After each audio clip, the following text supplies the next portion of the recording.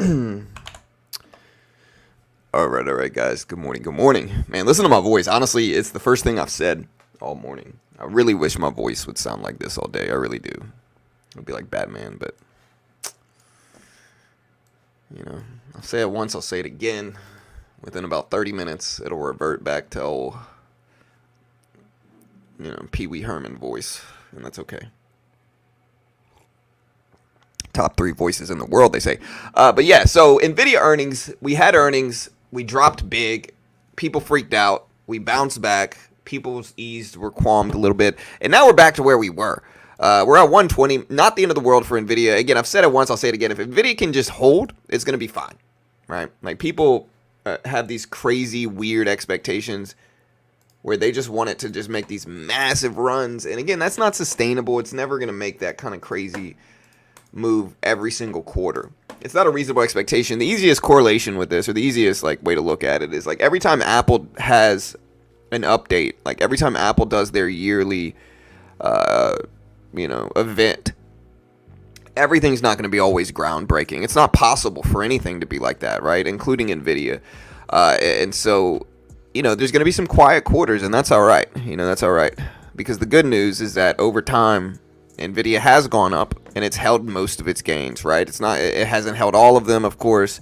But again, right now, where NVIDIA is right now, NVIDIA is up 900% in a couple of years. Now, when the S&P 500 will give you on average about 10% yearly, being up 900%, an average of 450% a year over the past 2 years is crazy growth, right? Crazy growth. And honestly, people that have invested into NVIDIA need to be grateful it did it in the first place, and really ultimately just try to hope it just holds. They just need to hope it holds. And I think that's fine. I think it's understandable. We're in a situation where it's up almost 1,000%. And I think if we look at, honestly, I looked at what NVIDIA did yesterday percentage-wise over the past 25 years, and it's up I think it's up 6,000% or something like that. Let me see. NVIDIA, just to put it into perspective, was at 2 cents a share back in 2000, right? 2 cents a share. Today it is at 120. We'll call it 121. Yeah, NVIDIA is up. NVIDIA is up 6,004%, 6,005% roughly. So it's not 6,000%. I'm sorry, I can't talk today. Let me clarify. NVIDIA is up 605,000 since 2000. 605,000. Now I think this is post-split, but I think the percentages are still the same. Again, 605,000% increase since its IPO back here where we look at it. And so again, I think traders, they start to expect too much stuff. Again, it was at about 2 cents a share, 5 cents a share, whatever it is. Maybe, you might be able to subtract 30% from this number and get the real number. So it might be, forgive me, it might be 400,000%. Regardless, it's up a ton. It's up a ton. Even if we just look at it, again, this is the number I calculated earlier. Even if we just look at it since 2020, right? In 2020, NVIDIA was at $5.60. And so from 2020, just in 4 years, right? In 4 years for NVIDIA is up 2,061%. It's not going to break crazy. It can't continue to do this without pulling back for a small period of time. You don't want it to just go straight up either. It's not sustainable. What you really want is you want for this thing to go up big, hold its gains for a period of time, right? It doesn't need to keep breaking highs. You just need it to hold its gains for a year or two, then make another run as more growth happens.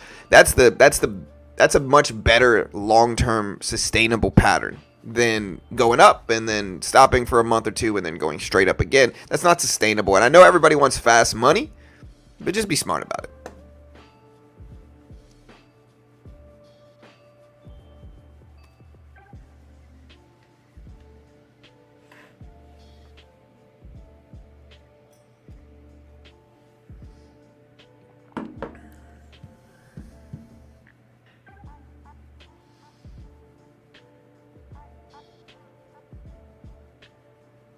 Yeah, right. So Solomon says problem is new traders like me who have lost money on stupid stocks and now starting to buy NVIDIA and Tesla, hoping it will moon. Just hard to look at it 10 years from now, although huge demand. Right. But again, like I've said this once, I'll say it again. You got to get out of that day trading short-term time frame mindset. Solman, 100%, bro. Like I see the pattern there as well. I see a lot of people go from day trading to economics and investing. And to be fair, that's kind of what I've done, right? But to be fair, again, I've always been an economist. I've always watched the Fed.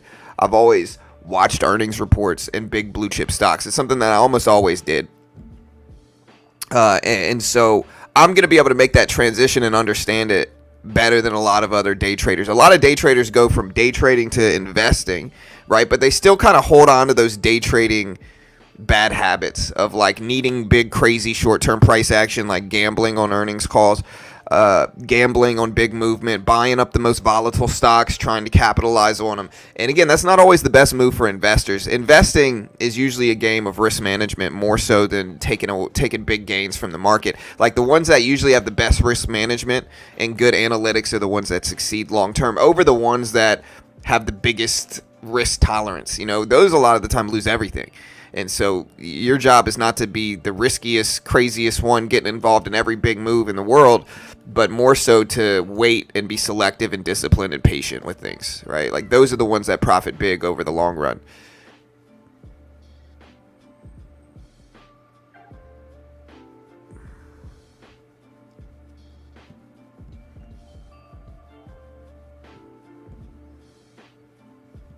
And again, I'm not calling you a day trader. It's all good, Solman. Like, I get it. I really do. But no. So who was your alias yesterday, Sam? Honestly, it was so chaotic. You know, we had like 6,000 something people there at the peak of it. It was just chaotic, man. I got something in my eye. But yeah. Oh yeah, you were reasonable. I remember seeing those comments, Sam, and being like, this guy's reasonable.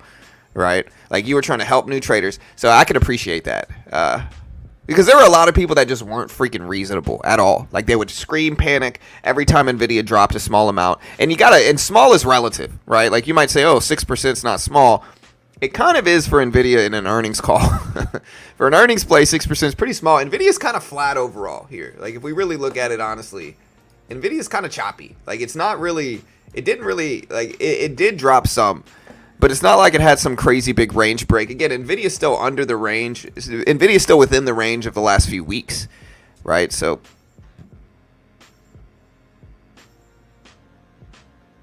yeah, Costco, I think, is going to grow a lot. You know, it just at least in terms of what I've already seen. My problem is short-term extension. You know, it's up 100% this year, basically, right? Not quite 100%. It looks like it's up about 75 to 80%, just in my like short-term math that I'm using. But I like Costco. You know, Costco's busy. It's packed. It makes a ton of money. It's still growing. And revenue strong every quarter usually, you know. But again, it's up 100% on the year, so. You know, and again, like, I'm gonna steal something from Pharma Bro. I saw one of Pharma Bro's streams, and I thought it was useful. And again, I disagree with some of the stuff he did, but I also think that dude has some smart stuff that he says too. To be completely honest, right? Like he's got some good DJ Vlad interviews if you watch him. But like he said,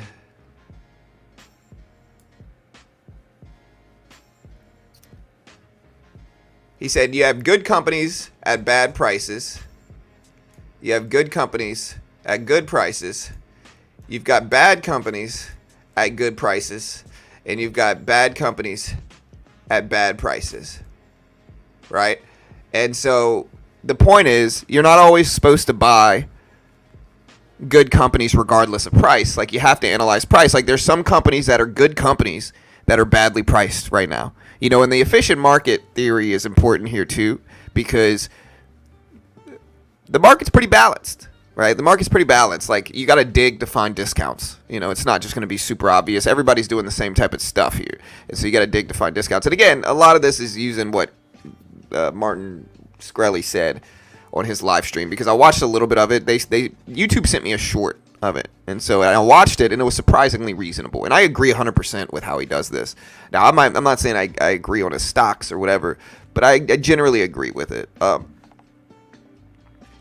again, like, I think we have to look at it like this, right? And I think it's important to understand your job is to find good stocks at good prices and bad stocks at good prices. You can profit big from either one of these things. You can buy bad stocks if they're at good prices, and you can lose money on good stocks if they're at bad prices, right? And so I guess the point is you can't just find out if a company is good and buy it regardless of price. You always have to take price into consideration, and that's where things like PE ratio, net income, are important, because that's what's going to show you if something's reasonably priced or not.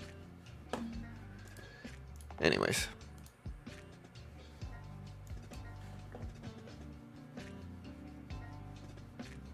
John, did you buy the dip in Supermicro Semiconductors? No, not right now. It's down a lot. But, I mean, I might buy it. But whatever I buy is going to be something that I'm genuinely okay with losing money on. So something that I'm okay with losing money on.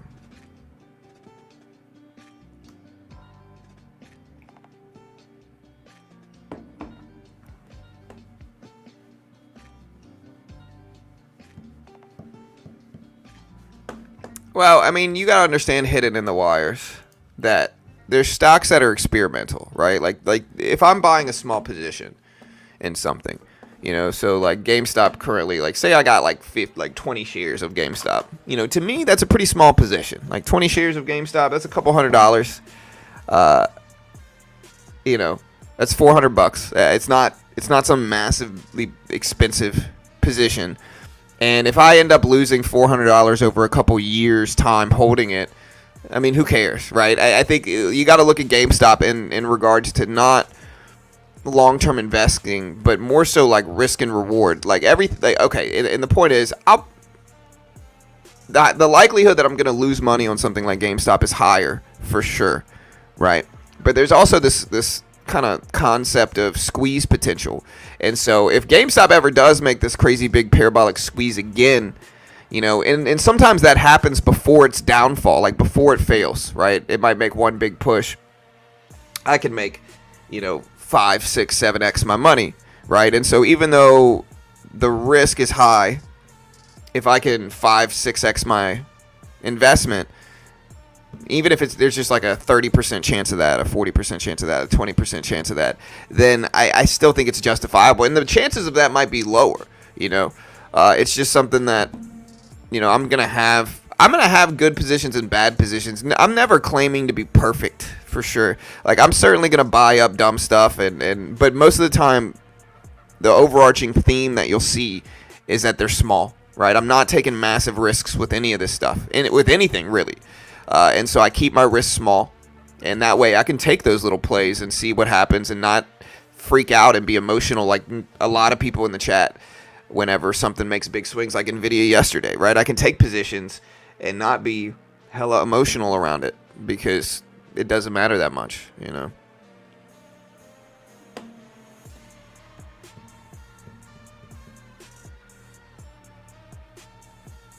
NVIDIA beat and got killed. Right, but again, like, traders have this really huge misconception about markets. Like, this is something that I've learned the most out of the last couple earnings plays. Traders have this massive, like, lack of understanding about earnings, right? Traders genuinely act like a stock has to have good earnings and only go up from good earnings. And if a stock has bad earnings, it can only go down, right? Like, I'm sorry, but it's just simply the market itself, again, is efficient. The market tries to be efficient. It's just not that simple. It's genuinely just not that simple, right? Like, the only way the market would be that simple, guys, right? And I'm going to try to explain this the easiest way I can because, again, you have to think deeper. No offense, but you got to think deeper. It's not that easy, right? Like, the only way that would make sense is if the market was closed the entire time except for the earnings release, right? So if the market was closed the entire time and nothing moved at all in between earnings reports, and then when he dropped earnings, it just opened up, and then the earnings report came out, sure, that would be an argument for that type of play, right? Good earnings would make it go up and bad earnings would make it go down. But the problem is that's not how it goes. The market is open the entire time, for months leading into the earnings report. And that's where big moves are happening, not as soon as the earnings are released always. And I know some of you at home, regardless of whether you want to agree with me or not, knows what I just said made sense. The only way that stocks have to go up from good earnings and they have to drop from bad earnings is if the stock market was only open for the earnings reports. It's the only way that would make sense. Outside of that, it doesn't make sense. And it's just simply not that easy. It's much more complex than that, much more nuanced than just buy good earnings, sell bad earnings. It's just not like that.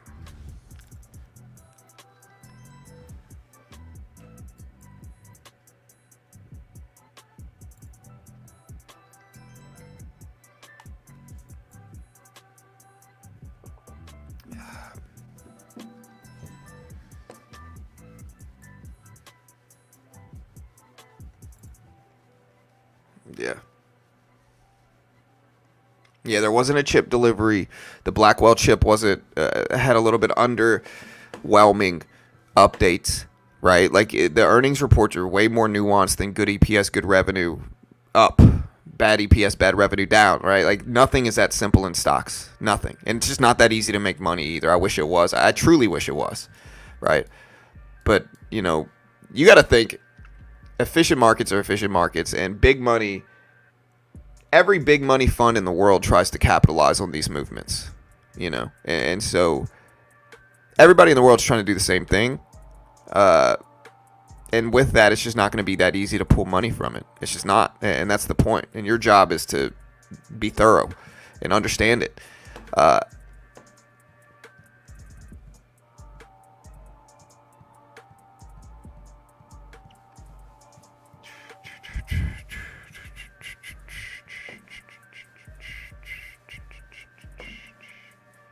What made you wear your hat backwards? I mean,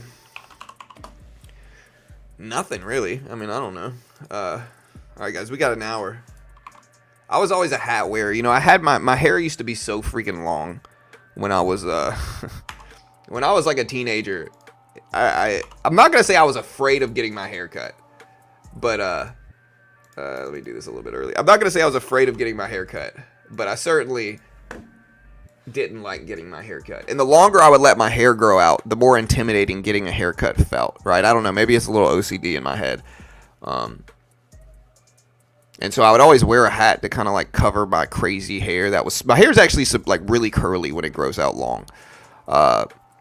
And so when my hair grows out long, it's really, really curly. And so I'd need a hat to kind of cover it up. But when I'd take off my hat, it would just be like, And I remember being really self-conscious about it. Like I was afraid to get a haircut, but like it didn't. Now looking back, it didn't make sense. I should have just got a haircut. Now I like my hair short, and if my hair gets too long, I freaking hate it. But I don't know why I wear a hat. I got a little full. Like they say, balding comes from your mother's father. My mom's dad was bald at like 25. And so I'm just glad that didn't work for me because, if it did, I'd be bald by now.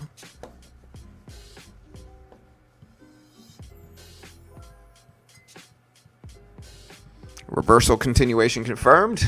Maybe, man.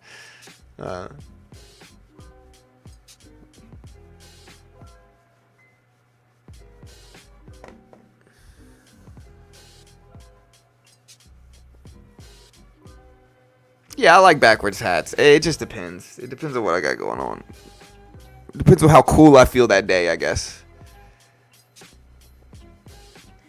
Alright. Let me put this up. Yeah, it depends on how cool I feel that day. Buy the rumor, sell the news on everything. Right. I mean, again, that's the nature of the stock market, which apparently a lot of people don't understand. Right. A lot of people are crying manipulation now because NVIDIA dropped like a relatively small percentage, considering its range. A lot of people are crying manipulation. And again, it comes from a lack of understanding about stocks. Honestly, though, check out my algorithm here, dude. So I built this algorithm. And it looks like it works. Honestly, I'm just starting to look at it on like a longer term basis. It's not that bad. All right, let me put up like a 15-day chart. Ooh. Like, check out the 15-day chart So again, here's an algorithm I built. Look at that. Wow.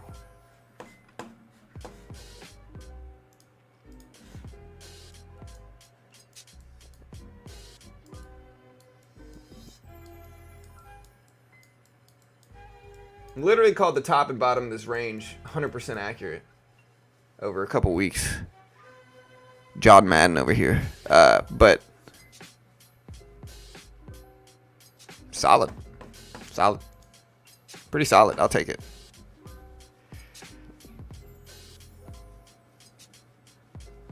Abercrombie down yesterday. You called it in the AM. Yeah, I mean, listen.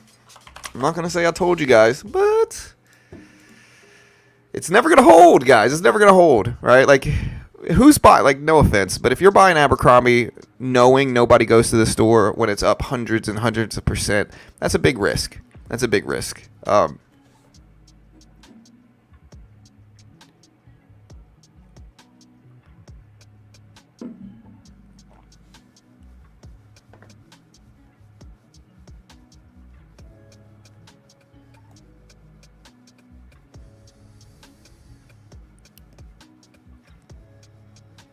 Yeah, everybody crying manipulation. It's rigged.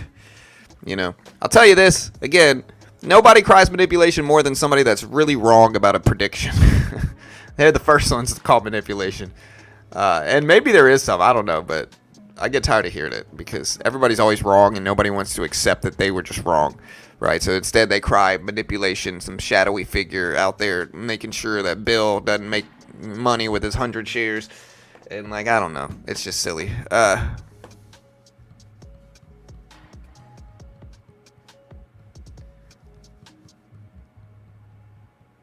Snapbacks. Yeah. Hey, those are the days.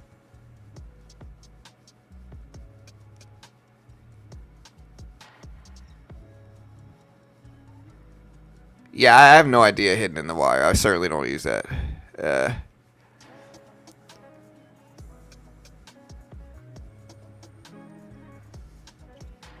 My parents aren't bald, but I went bald in the early 20s. Sorry to hear that, Solman. Yeah, I mean, that's how it goes. I mean, listen.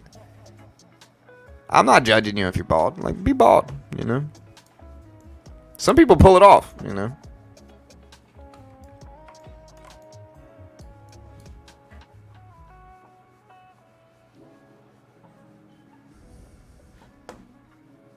Yeah, so the real question is, what does GDP get updated to today, right? So initial estimate GDP data came in at 2.8% last time, which is generally the least accurate number.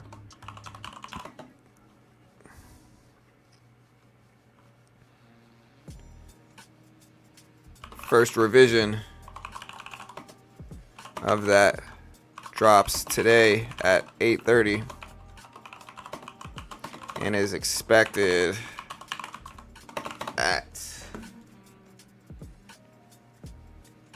second revision of that.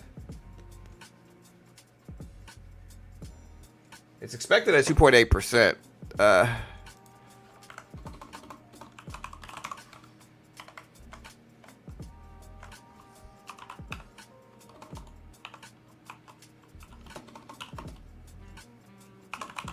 Unemployment filings also expected. Let me see if I can do a better job at this.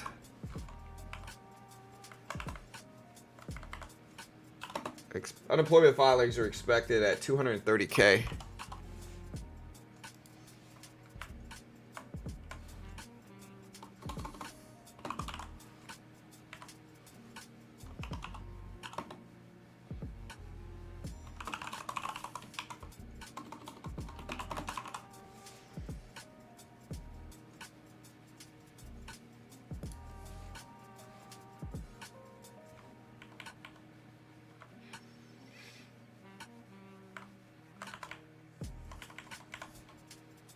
Yeah.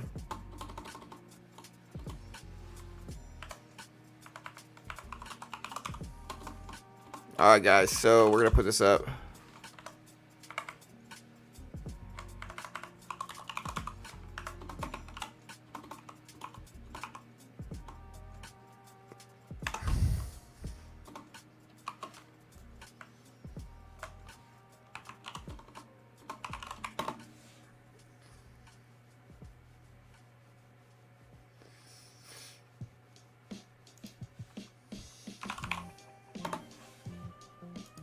Yeah, so again, here's basically everything that drops today. The SPY is up pretty big on NVIDIA's rebound, though. So the SPY hasn't been like super negatively impacted by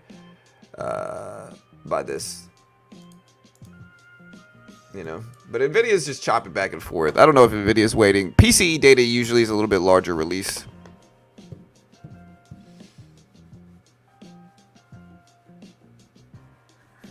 Yeah, but again, anytime anybody thinks anything for sure will be anything, Sammy, I'm usually skeptical of what they say.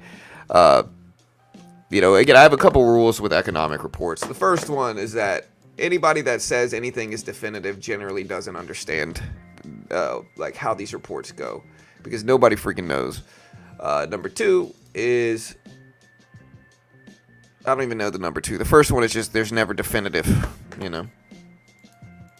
I got ahead of myself there. But yeah, I could probably think of some more. I'm just having a brain fart right now. But yeah, the big one is anybody that thinks that it's 100% going to go one way or another is not being objective, right? Be objective. Nobody freaking knows. The other thing I was about to say here, number two, is that nobody knows how the market's going to respond to either one as well, for the same reason that nobody knows how the market's going to respond to earnings. Right? Just like the market doesn't go straight up or down on good or bad earnings, the same thing happens with economic reports. And so we could have much lower GDP and market still could go up because it fears inflation. We could have much lower GDP and the market could go down because it fears a recession. We could have much higher jobless claims numbers and the market could go up because it fears inflation.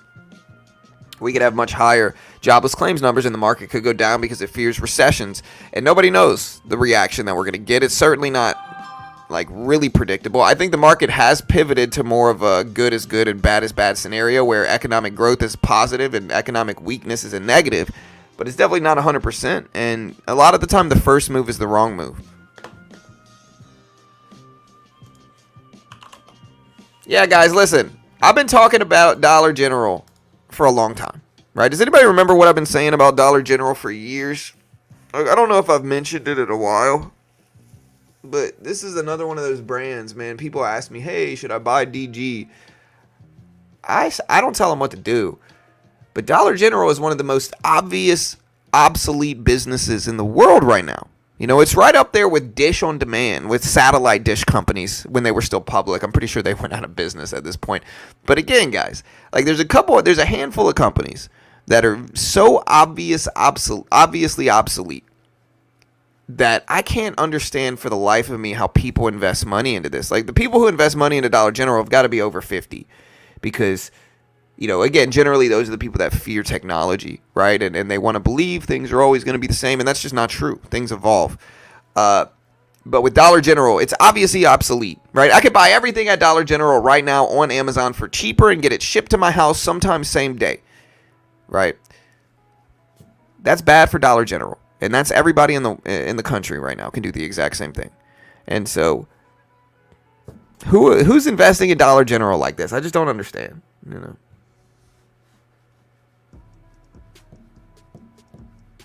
Nothing's a dollar anymore. Like, I question how people get talked into investments, man. Yeah, no, I honestly, somebody gave me the same argument as you, Drew. They said, oh, well, what about the rural cities? And the rural cities, it doesn't matter, right? It just doesn't matter. That business is not enough to prop up. There's not enough rural city Dollar Generals to prop up the company long term, right? There's simply not enough business. At the very least, it's going to lose massive chunks of business over time, right? Like the rural areas are not enough to prop it up. It's a very obvious thing, right? Like we've had the same argument. I've had the same argument multiple times over the last few years where I'm like, hey, Dollar General is going to go out of business eventually. This is very obvious. I don't know when it's going to be. It might be in 5 years. It might be whenever. And the argument I always hear is people don't use Amazon in the country. And again, I think that's wrong. Like my wife's family lives in the country in Michigan, like a very small town. They use Amazon more than anybody a lot of the time. Like maybe they're not going to get it. They don't have warehouses right next to it, so they're not going to get it shipped to them quickly. But they use Amazon more than anybody. And sure, some of them might go to the Dollar General, but even that's a low margin business, right? The margins aren't good there anyway. And so, I don't know.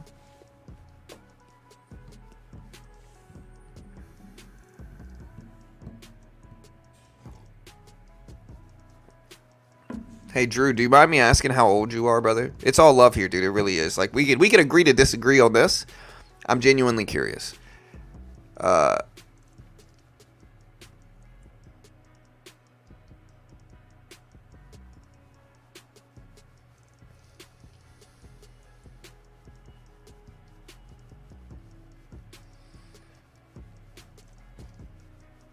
yeah, 100%. And maybe it goes out of business tomorrow. Like tomorrow, maybe it's in 10 years, but eventually it's gonna happen. I'm telling you this. I don't know for sure. Not an investment professional. Nothing is definitive, but this is one of the most easiest looks at businesses right now. I said the same thing about Dish on Demand, right? DISH, which is no longer even a publicly traded company. And again, I got weird arguments for that too. I'm like, hey, nobody uses satellite dishes for TV anymore. Streaming is take those over, like completely replace them. And people would argue, oh, no, I still have Dish on Demand and all this stuff. And like, you know, within a few years now, it's not even public anymore. Okay, yeah, I mean, 24 is fine. You're younger than I thought you would be, but again, I don't know if that's necessarily an argument. Again, you got to look at it as in terms of like the whole business, right? You really do.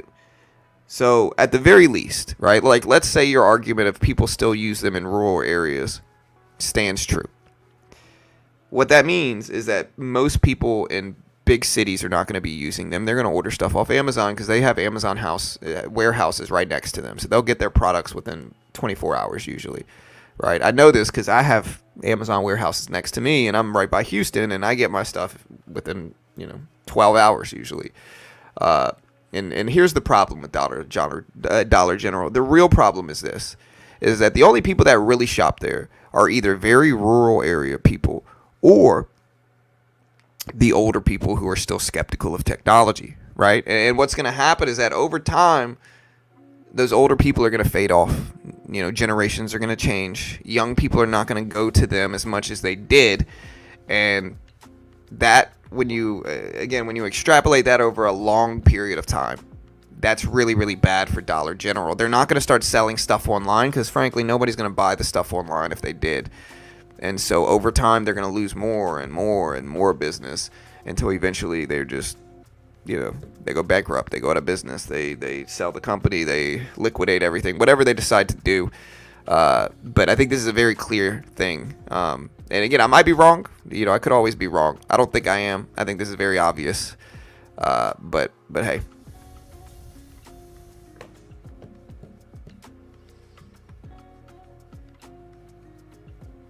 Right, like the problem is mail order shipping products, right? Like when you ship things online, that Amazon has made that so efficient that people don't need to drive to Dollar General anymore and wait in line and buy stuff. And sure, some people are going to like that. Again, the older people who don't have much else to do. No offense, I'm not talking smack. This is just true. And that's okay. Like go live your life. Like go visit people. I think it's good to talk to people anyway. But the point is, less people are going to shop there. Tesla back up to 207, still over 200s. I think $200 is a big milestone level. Right, for sure, Drew. I understand. Drew said, I'm not skeptical or anything. I just hate online shopping. Yeah, for sure. I get it. But again, the amount of people that use Amazon regularly is only going to grow, not decrease, And again, that's bad for Dollar General. Everything you buy at Dollar General, you can buy on Amazon and get it shipped to your doorstep. And that's going to become more efficient, not less, over time. And here's an example. My wife's family in Michigan lives in a very small town. Their Dollar General just went out of business, right? Like we would go by there just to visit like her family and stuff. When we passed by it this last trip, it was closed down for good.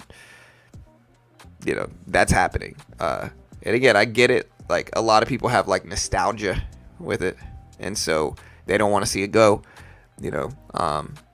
My son used to have an iPad case, right? Like an iPad case.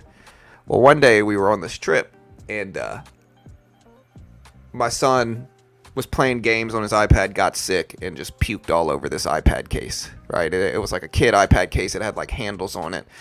And so my wife and I were like, all right, well, it's time to get rid of this iPad case. And we were going to throw it away.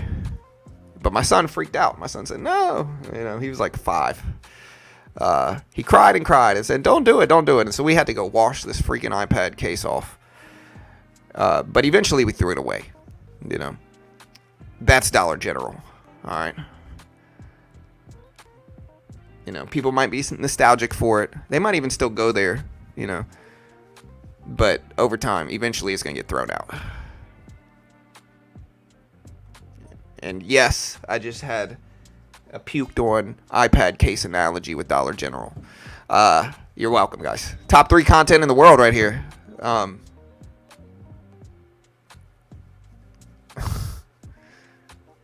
How do you buy your ETF bonds? I'm not telling you to buy it. I don't know what you should do. SPY's getting ready to break 560 highs of the day. But the T-bill bonds, this is Treasury bill ETFs, right? And so what T-bill does right here, and again, I'm not telling you to buy it. You want to confirm this with somebody else too, because I'm not 100% sure. But so again, I recently had a $70,000 position in this. So I had $70,000 worth of T-bill positions, right?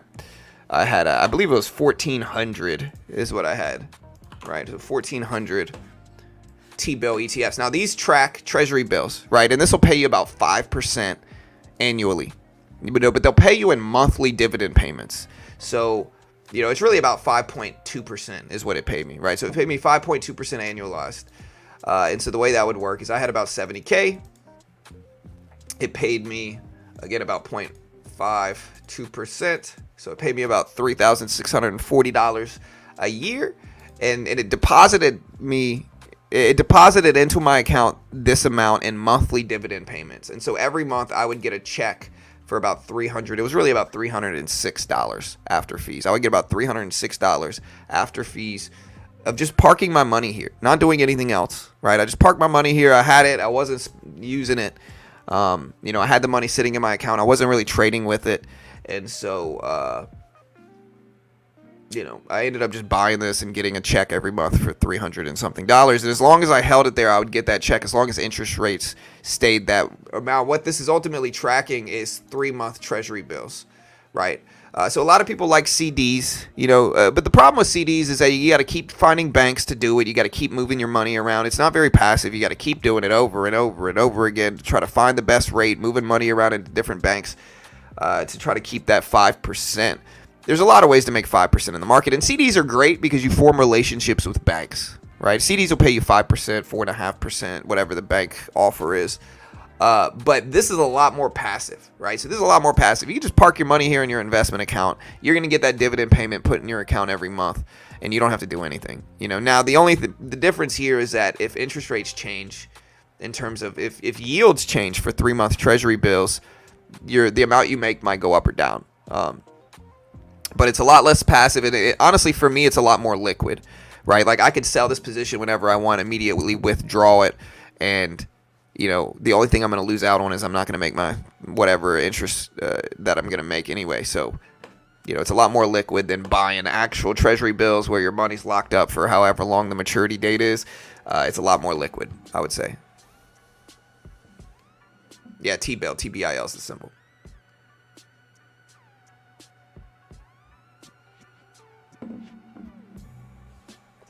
What's too low?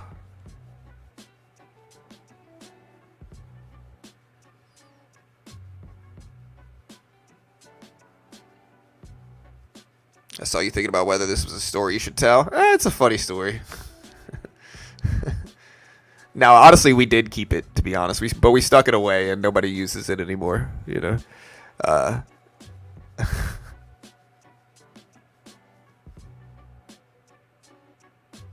Right, like you got to think about how does. Okay, so this is what you really got to think of. You go to dollar store, you got 1 or 2 cashiers.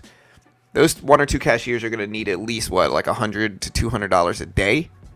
You know, like, let's call it $130 a day per cashier, right? So for $260 a day is what you need to just have a cashier there, right? Now let's say how many people? Let's say you get 5 people per day in that store, right? And those 5 people spend what, $200 on products, right? But that's not profit. You know, that's sales. And so let's say what is Dollar General profit from $200? Probably what, like $40, $50 margin, maybe a little bit more than that. Let's call it 70 to be safe, right? So you're paying, let's even say you just got one cashier there. You're paying $130, but you're making 70. Then you got to pay electricity. You got to pay, rent. You got to pay all these different things. When you look at it from a business perspective, it's hard to justify. And I think you're going to see them slow down more and more over time. You're going to see more and more of them close over time.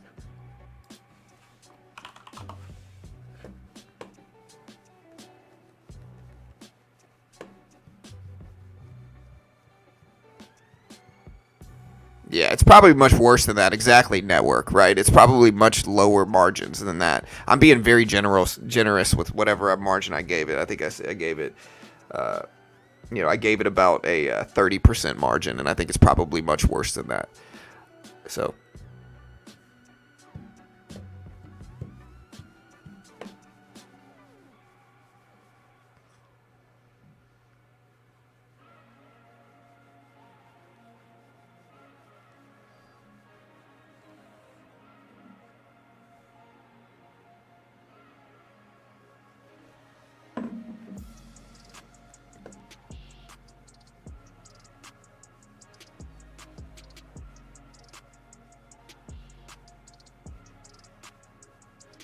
Everybody always uses Bill. He's sad about it. Poor Bill, man.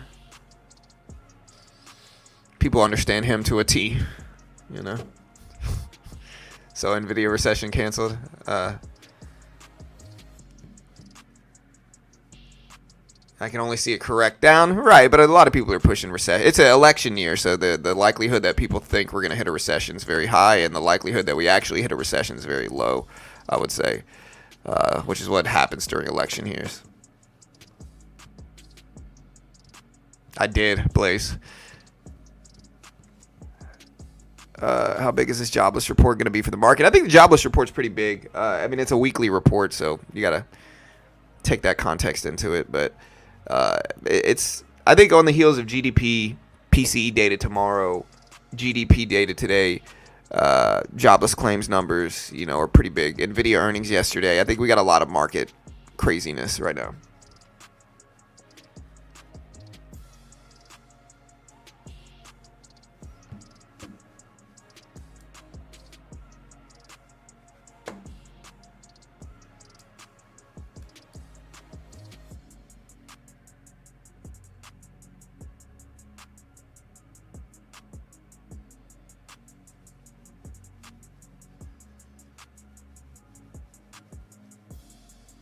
What do you make off of Buffett moving into cash?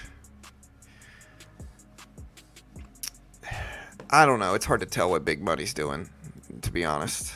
I think a lot of the time people put out stories like that, and then, like, an example of this is, right, like Jamie Dimon saying we were going to hit a recession in 2021 and 2022.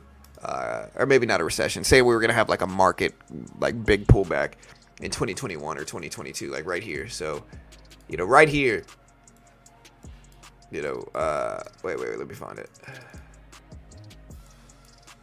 In the midst of all this, I'll put a weekly chart up. Here's a monthly chart, right? So right here, big banks, big hedge funds were moving money around, and they were preparing themselves for like a really big market crash. Retail kept repeating to me, hey, the market's going to crash, the market's going to crash. When I told them I didn't think it had to, right here, the amount of people that told me the market was going to crash right here, and the amount of arguments I got into people saying, hey, the market doesn't have to crash, like, you're buying it hook, line, and sinker, was very high. Following that, we had one of the best years last year, 24% in the S&P, and who do you think missed out on this big move? Retail did. And I say this every day almost, right? Retail missed out on this move. Right? Who do you think profited from this big rebounding year last year? Big money, banks, Jamie Dimon, probably.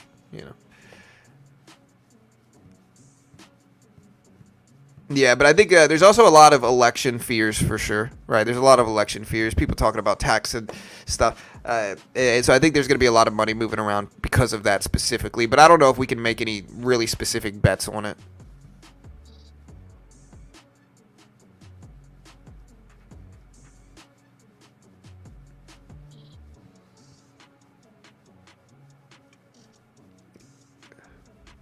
Yeah, Jeanette, you can add to losing positions. Right, that's what happens every time, Luca. During an election year, I'll say it again, guys. I'm going to repeat myself again here because I think ingraining this into people is what needs to happen. People need to understand this nuance of election years. There's two sides. One side that is trying to get power, the other side that has power already, right? The side that's trying to get power is going to try to make you think it's the worst it's ever been right now, guys. It's the end of the world, you know? Cough, cough, elect us, they say, right? The other side's going to say, hey, things are great. Elect us. Neither of them are the truth. The truth is usually somewhere in the middle. And if you get too wrapped up in politics, you're going to start just kind of shilling for that one side. Shilling for that one side's, shilling for what they say, which is, if it's the side that's not in power, again, it's going to be, oh, it's the worst things have ever been right now, guys. Cough, cough, elect us, And that's how it goes. And again, I'm not political, but this is very true for election years. Another thing that's very true for election years is that the stock market almost always goes up during election years, right? Like I used AI yesterday to say, hey, how often does the stock market crash during an election year? And it only crashed. The stock market has only crashed or been in the middle of a crash during an election year. I think it was like 6 out of 100 years or something like that. It was like 6%. So out of the last 100 years, about 6 times, I think is what it was.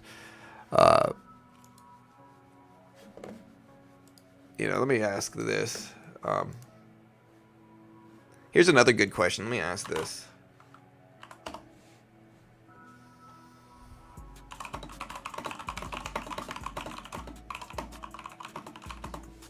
How many times out of the last 100 years has the economy entered a recession during an election year? 5 times out of 100 years.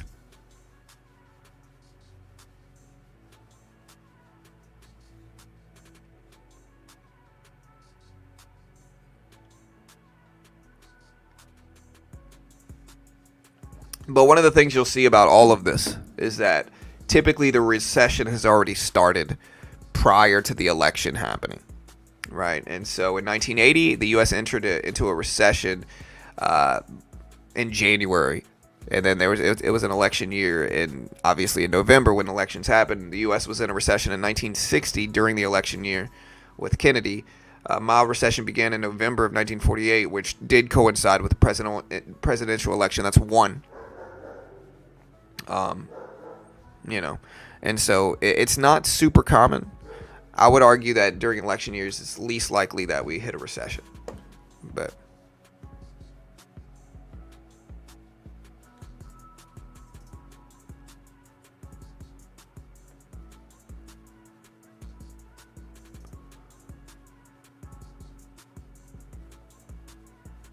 yeah, so I'm pretty sure you're trying to say advising. Guy, whoever you are, I don't even know how to say your name, but I'm pretty sure you're trying to say advising, which is spelled differently, brother. You spelled advising wrong, bro.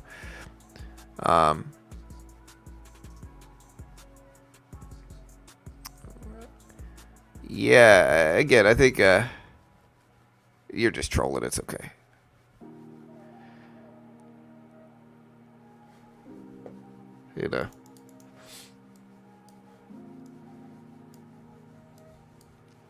I think the context of what I was saying was that I'm not very political, meaning I don't really root for one specific political side. Like, of course, I might talk about it and comment on it because, again, we're covering an economy show. This is an economic show, stock market and economic show. Of course, we're going to have to talk about it occasionally, but I'm not really rooting for one side specifically. And I think what happens a lot of the time is you got those people that get really wrapped up in it. Right, they get really, really, really wrapped up in it. They start rooting for it like it's their football team, right? And when I say this, they feel kind of dumb, for lack of a better word, right? And so that makes them lash out, and that's okay. Let it out. It's all right. I'm here.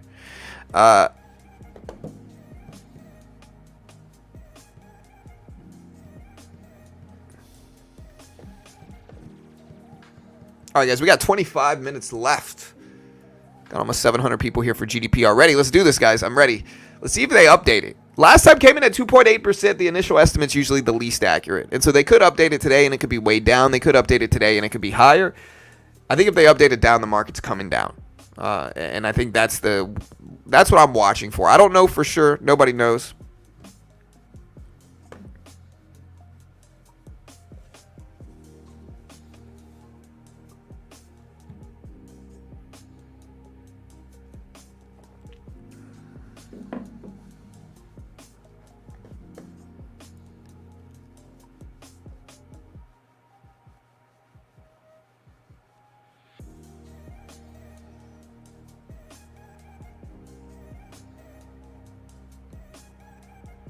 In 2007, September, the first rate cut was 50, and they lowered it about 2% until April, I think, and then Paul, since commodities spiked, and it was too late, and they went panic mode. Well, yeah, what happened is that, yeah, they started panicking, right, in 2007, right? The Fed started panicking, right? And they also did quantitative easing, I'm pretty sure.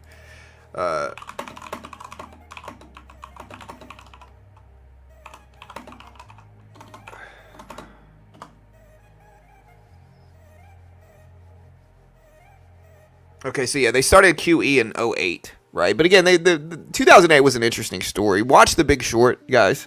A really good movie on 2008 financial disaster, right? It was mostly sparked by bad ratings. Like the ratings agencies were giving these mortgages.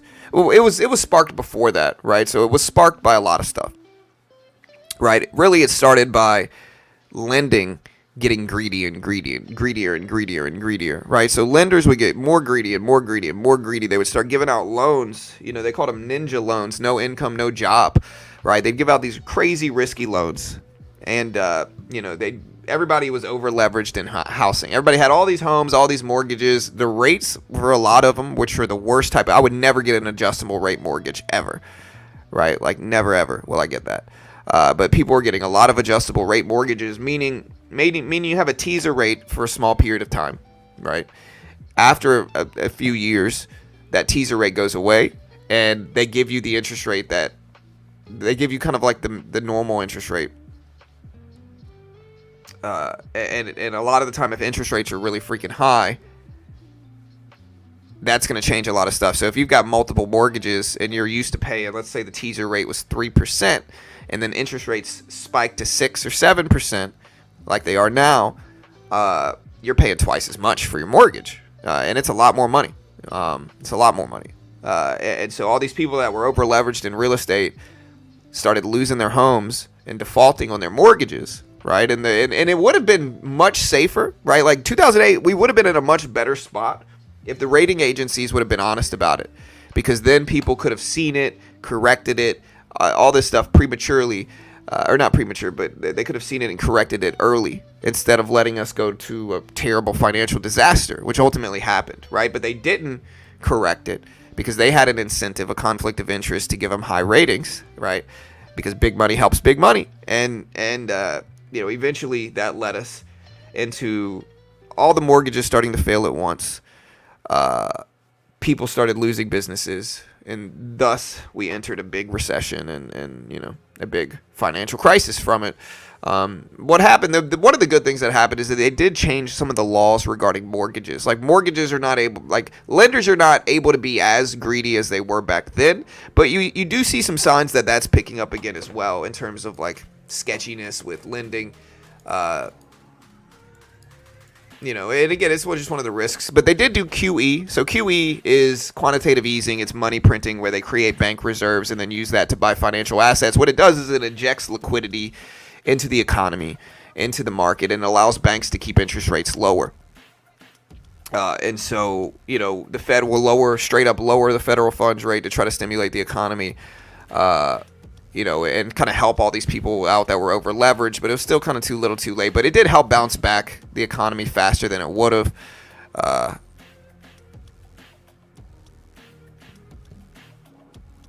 always assume they ran off debt.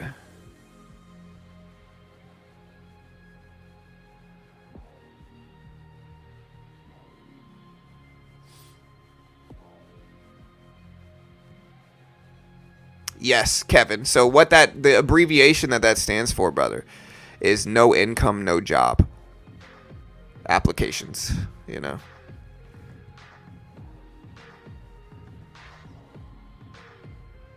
Yeah, watch The Big Short. It's a good movie, you know. Definition of an economic recession: 2 consecutive losing GDP quarters.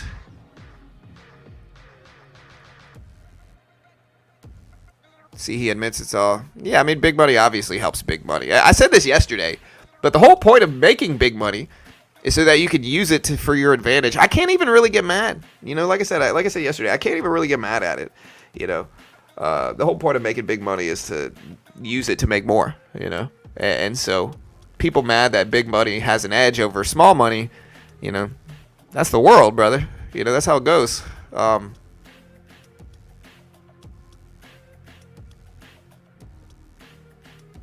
Yeah. Assets, sorry. Whatever.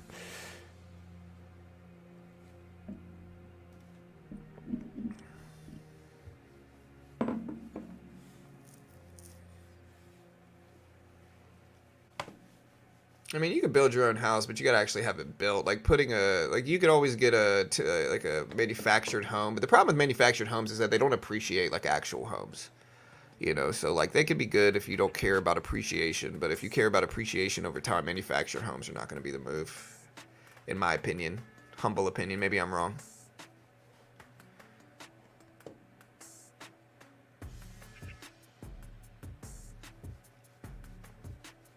The data's not really super bad though, Robert. And again, people have to take into context it's an election year and understand that, you know, unemployment at 4.3% is still relatively low. GDP was at 2.8%. Who knows what it'll show up today, though.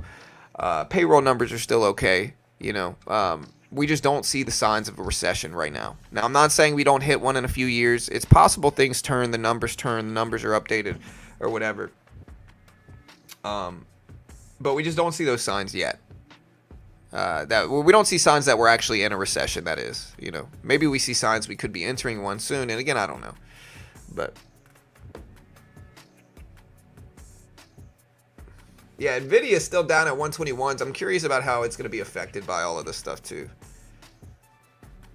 All right, I'm going to throw this in sub only mode, guys. So if you haven't already, hit the subscribe button, hit the notification bell. I appreciate it. Oops, I forgot to.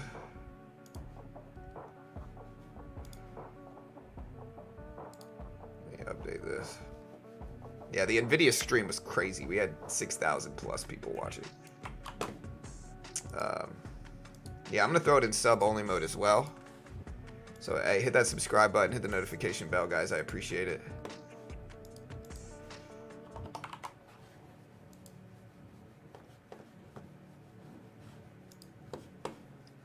Yeah, no, the 818,000 revision was bad, 100%. I agree.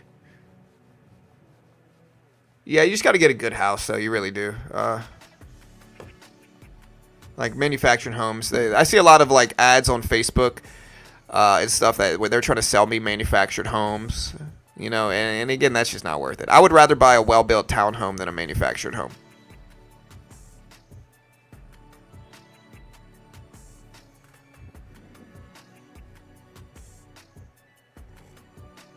Again, GDP data is expected at 2.8%, so it's expected to stay the same. And I think even if it dumps a little bit, that's fine, because I think 2.8% is solid right now.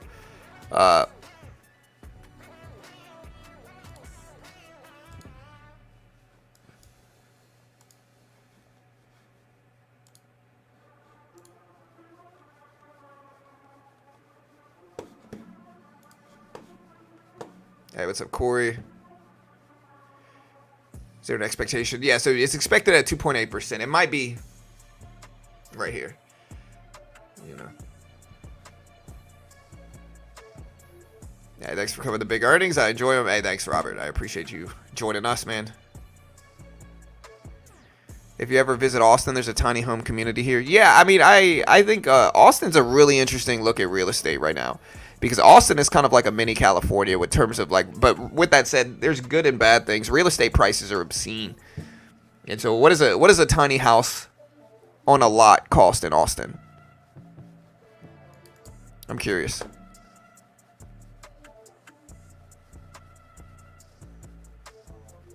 I mean, it might be revised to the upside. We don't know. Yeah, I believe that. Amish probably do make a pretty good home.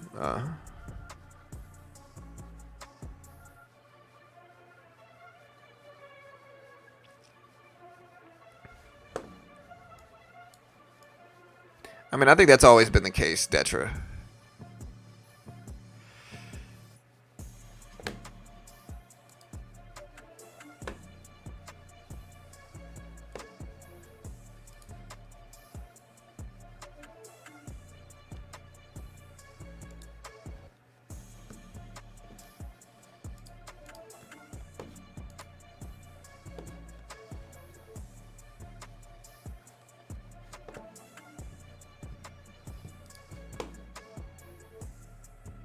Johnson seeks FDA approval for a new thing.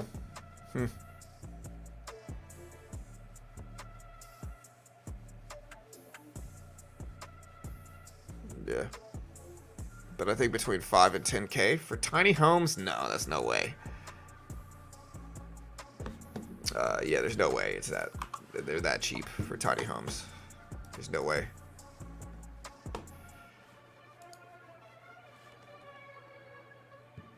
So, Tesla asked Canada for lower tariff rates on its China-made EVs, a report says.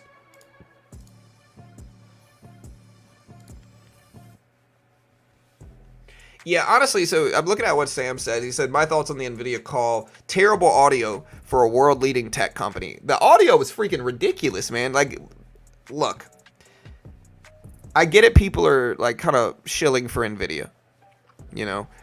The problem is that you have to think of public perception of your company, you know. And so when you're at one of the biggest earnings calls and one of the people there, like, I don't know if they had their phone on speaker, you know, they need to get a headset. They really do, right? Like, what it sounded like is that they had their phone on speaker and that specific person had horrible audio. They need to test this beforehand, you know. But what it sounded like is they just called this person, and this person might have been older and like used a speaker and got nervous and started reading off a script. But I don't know. I just didn't think it was a good look. Pretty neutral. Sam saying they did Blackwell chip buyer. Their buyers build their own architecture around them. And finally, there was no mention of on-chip cooling. Pretty neutral. Concerns of no mention of on-chip cooling or multi-layer architecture. Yeah. I agree. I think it was underwhelming, and that's probably why it's down. People are looking at the EPS and the revenue, and they're saying, oh, manipulation. But I think it's really down because they didn't update anything massive. But we see this with big tech, right? We see this with Apple. Apple will have earnings calls, and if they don't debut some crazy groundbreaking thing, sometimes the stock goes down. It usually doesn't hold, though, so we'll see. All right, guys, we got 12 minutes before GDP comes out.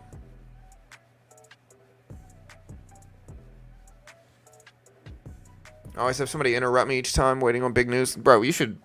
Are you married? Everybody knows Carol. Freaking, you know. Top 3 interrupter in the world right now.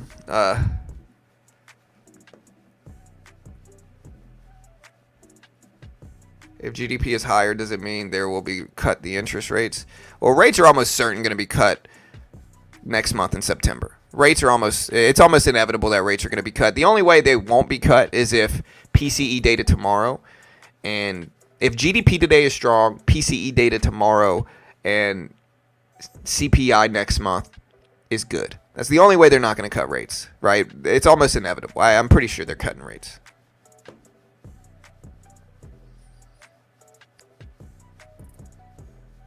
Yeah, for sure. All right, guys, we got about 1,000 here.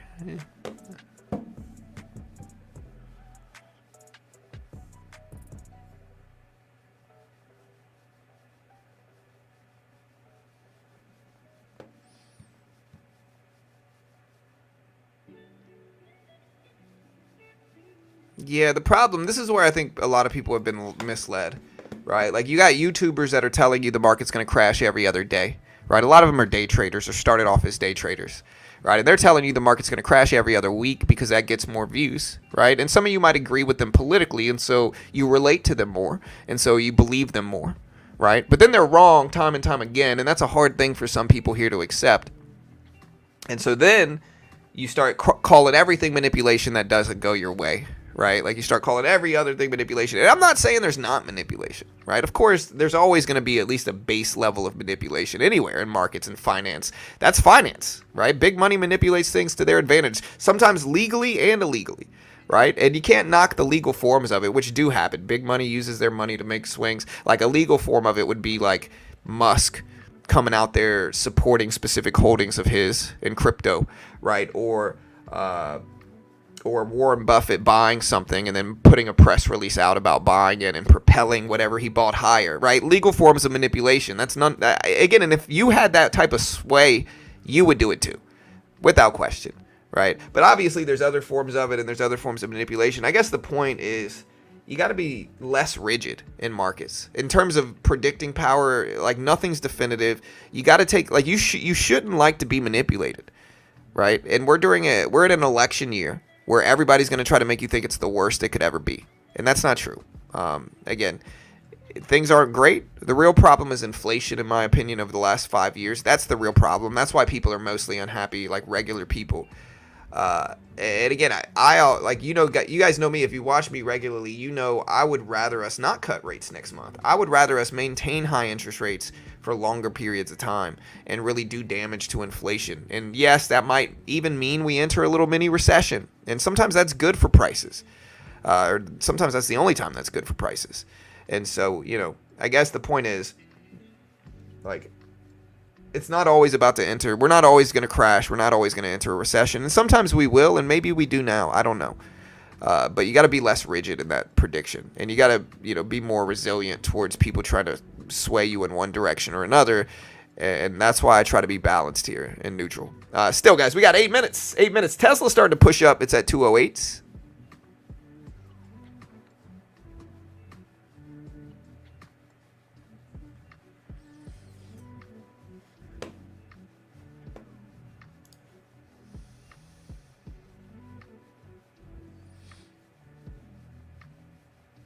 Yesterday was trash day.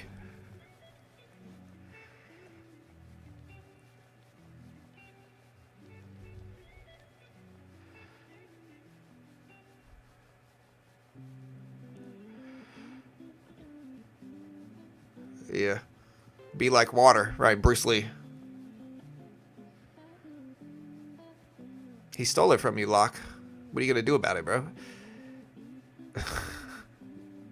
All right, guys. We're here. We got over 1,000 people here. We're sitting tight, waiting. Yeah. What hat should I wear today, guys? Hey, I got Adidas hat. Might stick with this one. I'm gonna just keep Adidas on.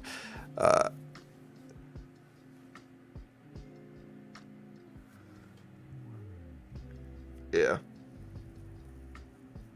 We dumped today? I don't know, man. We got 7 minutes left, chat. 7 minutes left. Tesla just broke highs, though. Look at Tesla. I'll put a third chart up on screen. We can also look at gold. Yeah, but here's Tesla.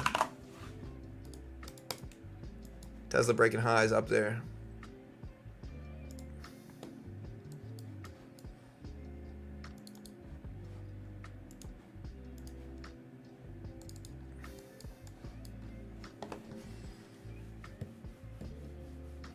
Right, for sure, Johnny be good, right? They always say the same freaking thing. Again, it's the same thing. And again, ironically, a lot of people get really wrapped up in it, brother. It gets old. I don't let it take up too much of my life,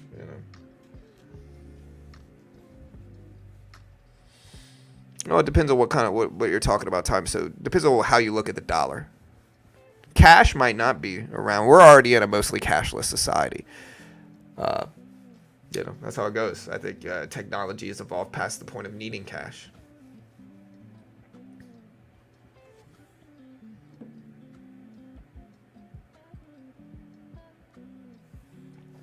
I don't know if higher numbers are good or bad. I really don't know. I would say lately what we've seen in previous economic reports is good and bad is bad, meaning higher is good and lower is bad. In terms of economic reports like GDP data, jobless claims data is the opposite. Higher jobless claims signals less economic growth, more people filing for unemployment. And so that one's kind of backwards, but yeah.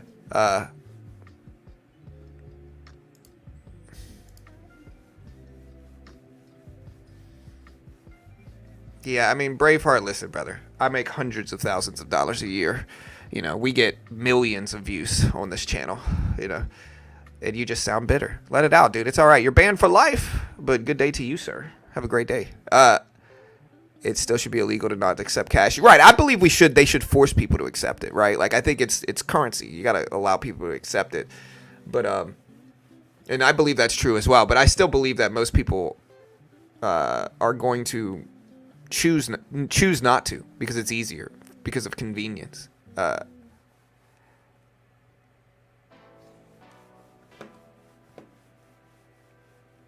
Yeah, we got 5 minutes, guys. Let's see what happens.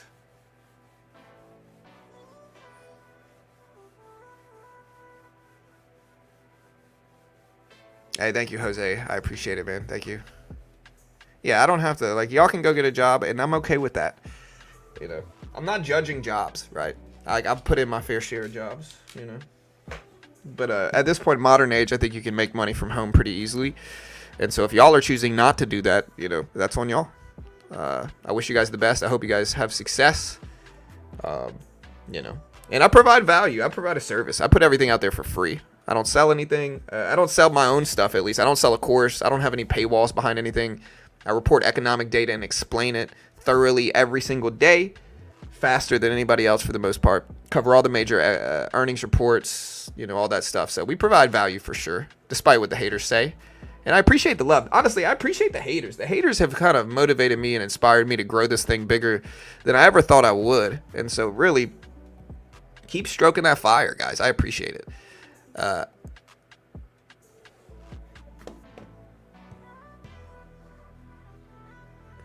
Yeah, do you think good is good and bad is bad? Or bad is bad for economic reports? Do you think higher economic reports causes a positive reaction for a stronger economy? Or, you know, over the past few years, we have seen kind of the opposite effect where economic weakness was interpreted as a positive thing because of inflation fears were so rampant. So 2.8% is what they're showing is expected. We'll see.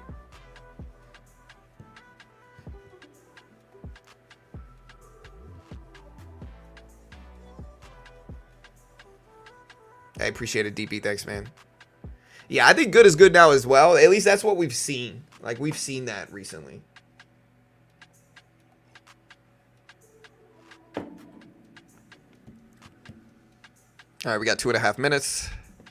Hey, thank you, P.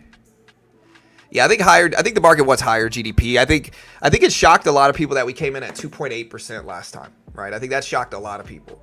But I think, you know, again, I think that shocked a lot of people that we came in at 2.8%. But I think this is the more accurate release. The second revision data is the most accurate one, right? So the first one's the least accurate. And so I think we could get some volatility from this report. I think we might get some swings from it if the data comes in really low or if it comes in really high. I think maybe if it's flat, it's going to be, I don't know. What I would assume would happen is that this is a more accurate look. And so if this one even comes in over 2.6%, 2.7%, I still think that's a positive thing and a much more optimistic look at the economy, right? But again, with that said, if it's revised downward, right? So say it comes in at 2.2 or 2 or 1.8, I think that's going to be a pretty scary negative thing for people here. I think that's going to be bad.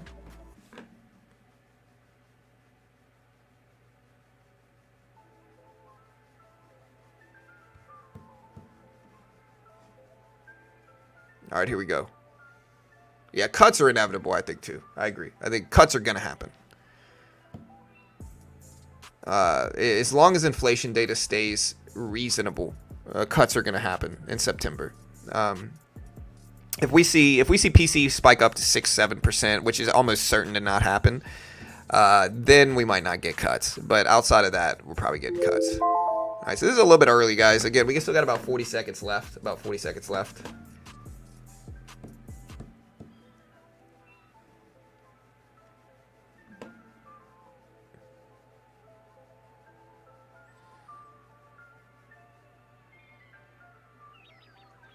All right, guys, we got 20 seconds. 20 seconds. Again, it's expected at 2.8% today. 2.8% for GDP data. Jobless claims expected at 230 to 232. 10 seconds, guys. Hit the live button next to the play button. Make sure you're fully caught up on stream here, guys. Let's do this. GDP second quarter expected at 2.8% for the second revision. And here we go. There's the report. Jobless claims.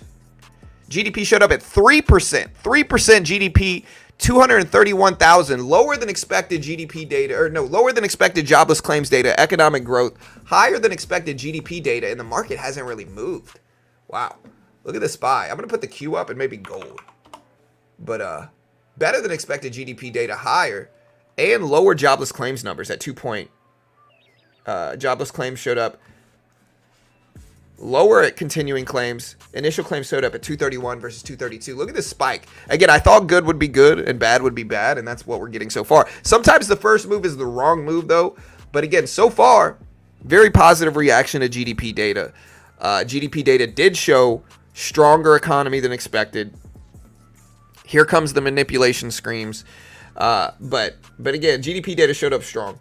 3% versus 2.8% expected. Jobless claims showed lower than expected, which means less people filed for unemployment as well, right? So jobless claims lower than expected, PCE better than or GDP data better than expected. I'm looking for initial claims. I see continuing claims. Initial claims showed up at 231 versus 232. Last time it was 232. So here's the jobless claims numbers as well. So again, pretty good report, I would argue. Pretty good report. Now, I don't know if it's going to hold. That's a pretty good report. You know, higher than expected GDP. Again, this is a more accurate look at it. So a higher GDP data report is pretty good. GDP was 3% versus 2.8%. Now we're coming all the way back down. And again, it doesn't mean we're going to go up. Just like NVIDIA numbers, sometimes good is not always good and bad is not always bad. And sometimes we have good numbers and the market goes up. Sometimes we have good numbers and the market goes down. You know, one thing, like we can look at this good or bad. I'm going to choose to look at it good, but this GDP data basically means the economy was stronger than expected. And that can be good or bad, right? That's much worse for inflation problems. But inflation data has been okay as well. We're testing these highs. We're pumping up a little bit.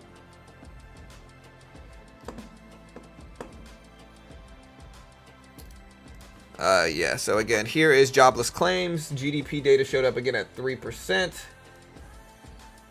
And I'll put this up right here. 3%. And again, I thought we'd get a good as good scenario. That's what we've seen the last couple economic reports. If you've been paying attention to the channel, that's what we've been seeing. Yeah, I mean, I think this shows less of a need to cut rates. You know, it really does. Tesla pumping up. Let's look at like gold. Gold is actually down. I guess less recession woes. Bitcoin up. Again, if you haven't already, check out TopStep. TopStep is a funded program for futures where they give you a demo. They test your skill with a demo first. If you pass the test with the demo, they fund you with a regular account, the base one. They give you a 50K demo. It's only $49 a month. It's much cheaper than putting up thousands yourself trying to day trade. If you lose, you're out $49 a month. It's not the end of the world. If you pass it, you get 50K in funding with a 90% split. They're going to give you a 50K demo. If you can make 3K in profit without losing 2K following their rules and conditions, they fund you with a 90% split. So if you can then take that funded account, and if you build up 30K, you can withdraw a lot of it, fund your own account, and you know, that's the way you can get started for a very small amount of money. And the best part is that if you lose these challenges, you probably would have lost your own account anyway. And most new day traders lose thousands of dollars. Almost all day traders lose. The other good thing is that TopStep X has 0 commissions. Small amount of fees per trade, but 0 commission. So it's even more favorable there. It's just a great way to learn how to trade. And again, most day traders lose. In the futures market, you can day trade gold, the S&P, basically the SPY price action, the NASDAQ 100, basically the Q price action, currencies in some areas, very similar to day trading stocks, but there's no PDT restrictions, right? So a great way to learn how to day trade. I'll put the link up if you want to check it out. And yeah, I appreciate the love, guys. We'll see what happens. Again, GDP data good. Remember, they're a sponsor of mine. They pay me money. I am biased because of it. Some say I'm the top 3 most biased trader of all time in the world right now. But if you want to check them out, there's the link. Understand CFTC 4.41 hypothetical or simulated performance have limitations. I do trade off stream. Some say I'm the top 3 worst and best trader of all time ever in the world right now. Understand these rules and understandings. I guess the real question is, chat, does the market hold today? Does NVIDIA bounce back today? GDP data was good, 3%, 2.8% expected. The next one we're going to get next month is called the final estimate, I believe. And that'll be a big one too. That's the most accurate one, right?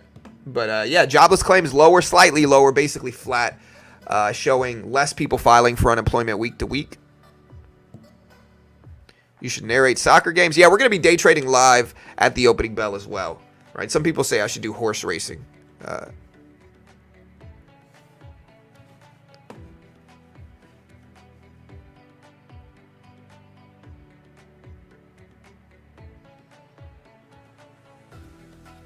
Somebody earlier said it was basically impossible for GDP to come in higher. 100%, man. And this is, I try to tell people the same thing.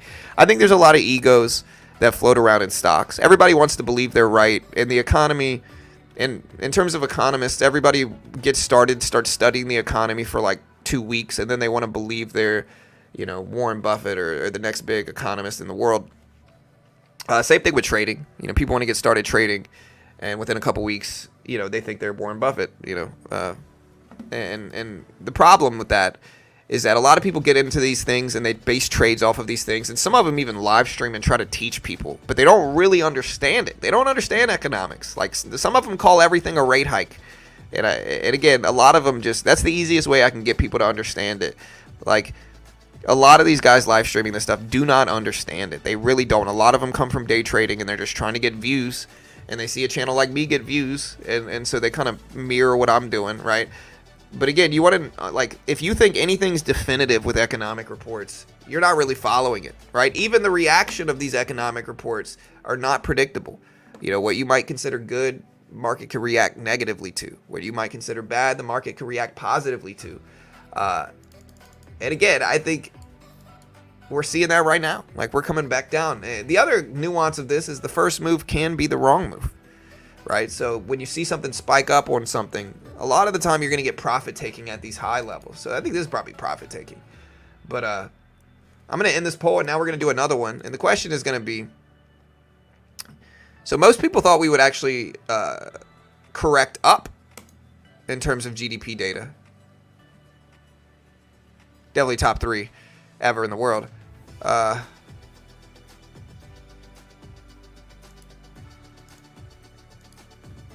right, guys, so we're going to do a poll. Does the market close red or green today based off of today's 3% GDP? Red, green.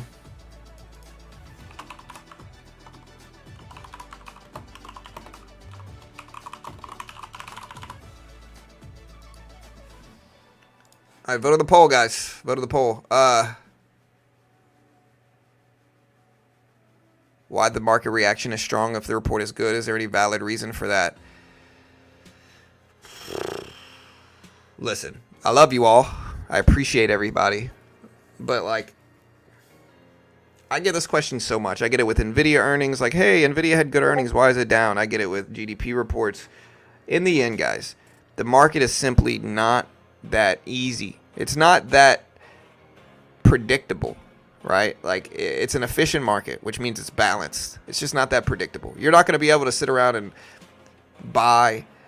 Again, the easiest way to put it is that if the markets were closed the entire time outside of these reports, right? So if GDP was the only time the market was open, and every time GDP dropped, the market immediately opened up as soon as GDP came out, sure, you could argue that if it was good data, it would have to go up. If it was bad data, it would have to go down, right? You could use the same thing with NVIDIA earnings.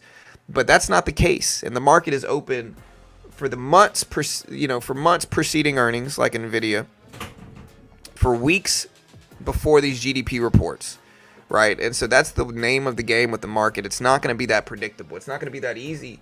And here, Jack, no. Here, Jack, no. Hey, bro, I got cords over there. I love you, buddy. Here, nope, you have no shirt on, dude. Yep. Here.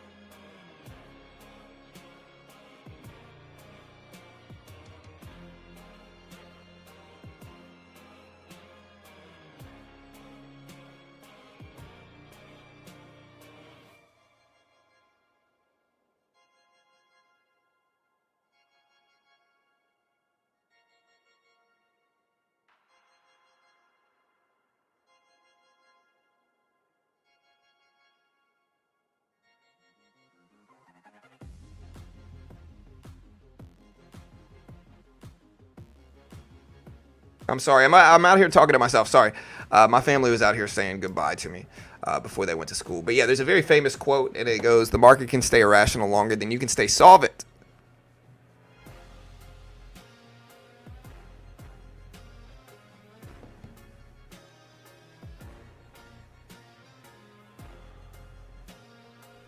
Yeah.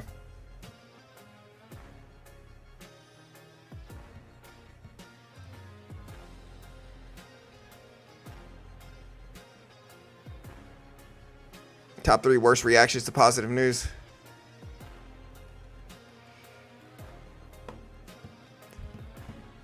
Is this report? It's good for the economy. I would say it's probably good for the dollar. I haven't looked at the Dixie yet, but more GDP generally is good for the dollar. Yeah, and it spiked up. The dollar index spiked up too. So yeah, I mean, generally, anything that means more spending is good for the dollar, but worse for inflation problems. So.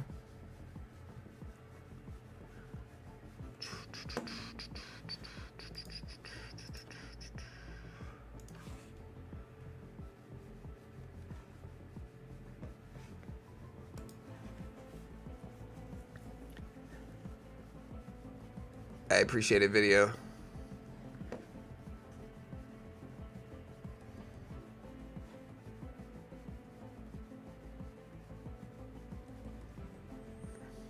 Honestly, one of the next things I'm probably gonna buy is an ultra wide monitor, like right here, an ultra wide monitor.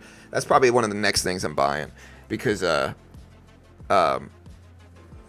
because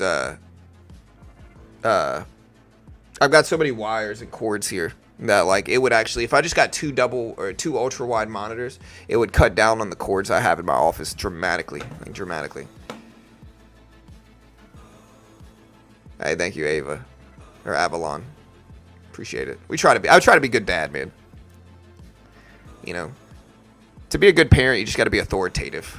You know, and that doesn't mean my kids always like me, but you got to be firm but fair. You know, you got to stick to your principles, but also be nice to them. You know, it's kind of nature versus nurture is a powerful thing. Like, if you're a mom, you just gotta, like, be there for your kids. You know, especially with, like, sons, you gotta, like, hug on them. You know, and if you're a dad, you gotta be there for your daughters. You know. I mean, I like all of the funded account programs, Jonathan. So it's not like, you know. I appreciate it. Is that a real log burner behind on a screen? Oh, no, it's an actual fire, you know. No, it's a heater, brother. It's a heater. Hey, what's up, Daphne? Yeah. Or authoritative is what. So if a lot of people don't understand, authoritative means firm but fair. Like that, you compare that to, like, authoritarian. If you understand, like, psychology, authoritarian is like overly, it's too much authority, right? It's never giving them any freedom. Always being too strict. Like, authoritarian is too strict, right? It's really, really, really strict. Authoritative is right in the middle, right? Where you're firm, you have rules, but you're also, like, kind and fair to them and let them have some freedoms, right? Like, that's going to produce the best kids. Versus, you know, there's 3 real ways. You can be neglectful, which means you don't really do anything. You let them do whatever they want. You can be authoritative, which is somewhere in the middle, and you can be authoritarian, right? Authoritarian, too strict. Authoritative, Goldilocks, kind of right in the middle, firm but fair.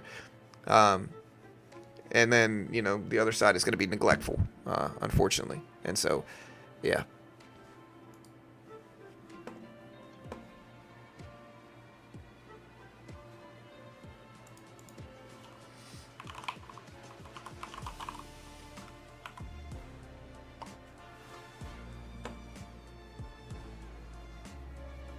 Well, there's 2 definitions of authoritative, right? One of them is, like, with authority, you know, commanding.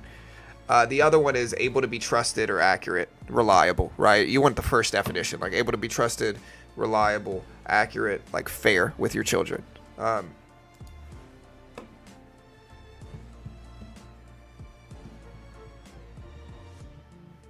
Yeah, this is the top 3 mom's basement in the world right now, guys. Top 3.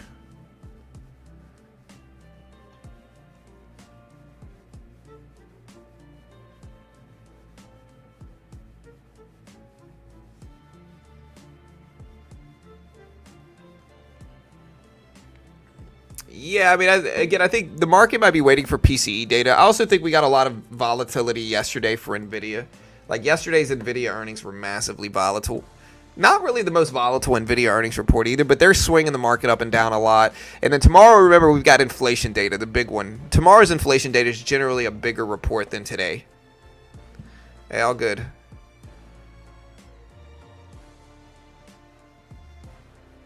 You're a great dad. You're there? Yeah.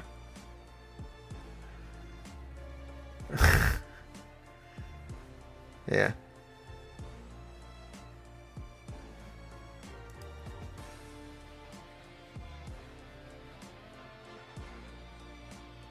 I don't know if we go down before the cut or not. Everyone kind of seems like they think it will. I don't know. There's 2 ways it could happen. Again, I've said this before. With rate cuts, I think if we do 25 basis point cut, that's a neutral outcome. That's what most people overwhelmingly expect right now. If we do anything over that, I think that's where we could spark downward action in markets, right? I think, and the economy. I think that's where we're going to scare people, is if we start cutting 50, 75. I don't think the data shows we need to cut 50 or 75, and I think today's economic reports being stronger than expected signals less of a need to cut over 25. I think Powell and the Fed are pretty dead set on cutting 25, or at least cutting some. And so I think we're going to do a 25 basis point cut next month. But I hope we don't start cutting more than that. The last time Powell spoke during Jackson Hole, he said that he thinks that we're going to get 1% cut this year. So 4 25 basis point cuts, right? And so in that regard, the federal funds rate, I'm not sure. I think it's at like 5.33. It'll bring short-term rates down to 4.33, and it will have an effect on longer-term rates like mortgages and auto loans, but there's going to be a lag there. It's going to take time. Yeah, 50 is going to scare people. And so, again, I generally think 25 is okay. I don't think we should cut rates at all, personally, but he's going to cut, I think. Hey, thanks, Dylan. Appreciate it, man. Thank you. I'm not sure, Ross. That's probably on your end, brother. Don't know. Yeah, they're not going to... They do it in 25 basis point increments. So they do it in quarters of a percent increments, Fred. Yeah, Salesforce had earnings. We also had CrowdStrike earnings yesterday, which were massive. It dropped all the way to 260.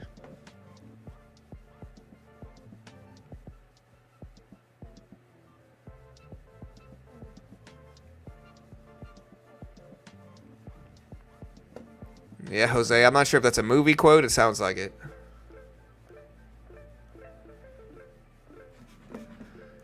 Yeah, so, again, market's back up. Pretty flat from this report. Here's the SPY. You know, one of my favorite short-term indicators is the VWAP and the 200 EMA. You can see when they stay on this little point here, when they're right around the same spot like this, you can see how much weight they hold. You know?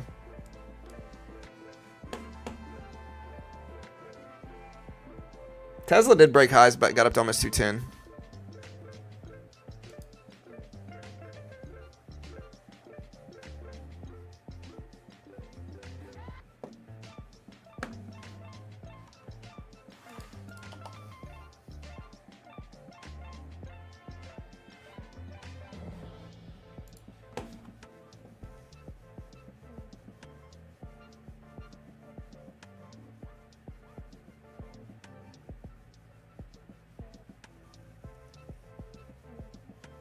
All right, guys, what do you guys think we're going to get today?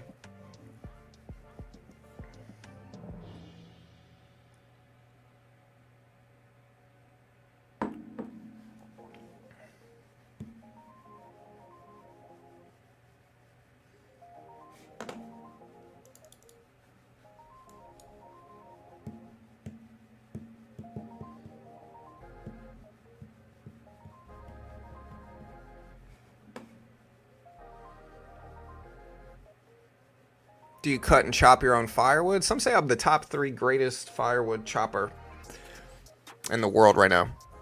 And I put that on my business cards too.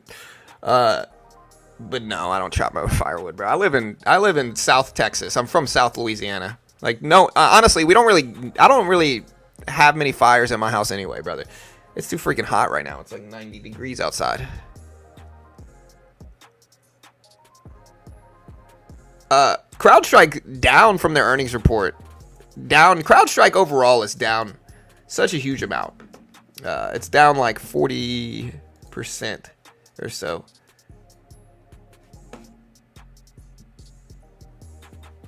I'm using a mic.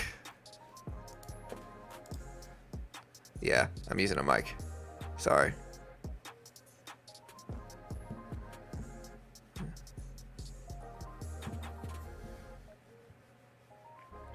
Yeah, it's a fake fireplace, guys. Look.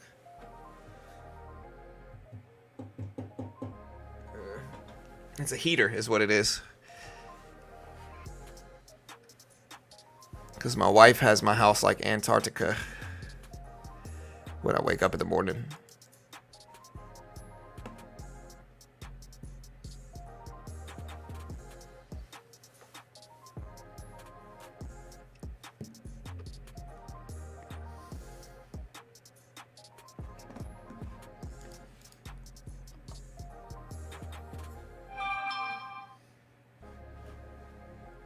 All right.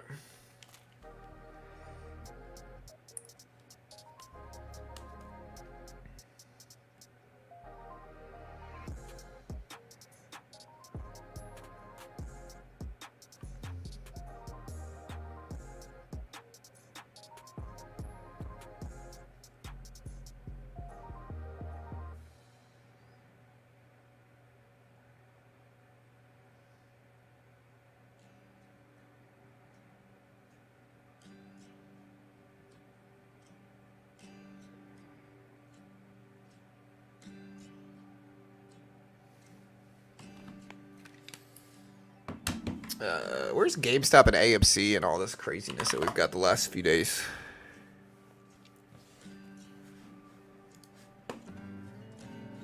What's my view on brisket? I love brisket. Rudy's is really good. There's a bunch of good places around here, to be honest.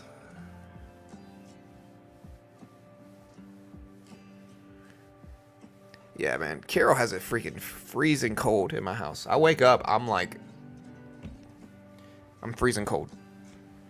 So I usually get up in the morning, pour my cup of coffee, turn the heater on in this room, and sit in front of it for a second.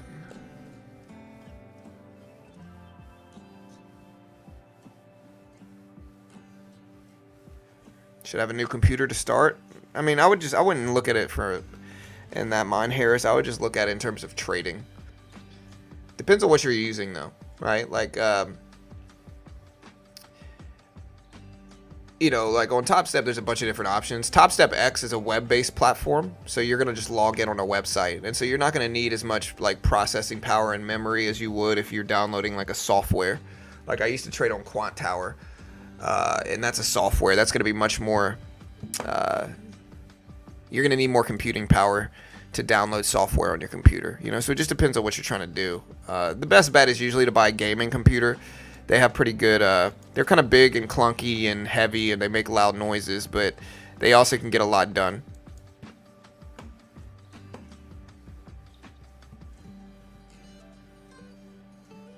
She's not from Michigan. She's from Baton Rouge like I am. You know, I met her in Baton Rouge. But yeah, her family's from Michigan.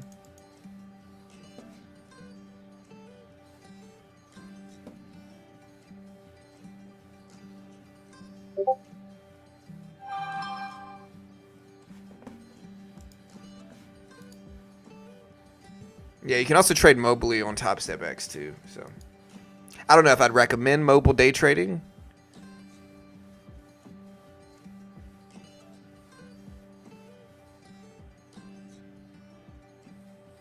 It's not cheap. Yeah. All right, guys. Oof. All right.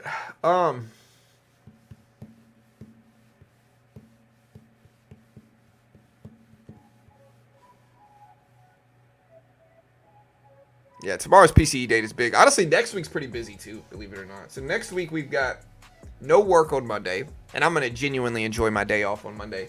Tuesday, we got services, we got manufacturing PMI data and ISM manufacturing data at 10. So we got a bunch of manufacturing data on Tuesday. Wednesday, we get the JOLTS report, which is a pretty big report, right? So Wednesday, we get the JOLTS report. Thursday, we get ADP non-farm employment numbers, so prelim payroll numbers, jobless claims, non-farm productivity, and ISM services PMI. So Thursday's pretty big. And then Friday, we get the big boy report, which is unemployment and non-farm payroll data. So that's a big report. That's a busy week next week as well here. And then I'm trying to see what we got going on earnings-wise for next week.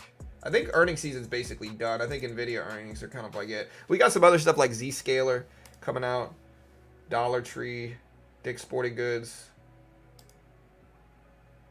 We got C3 AI earnings coming out Wednesday, September 4th after the closing bell. I'm trying to think of what kind of numbers we got for that last time. We got NEO, FCEL numbers Thursday morning. It's kind of big.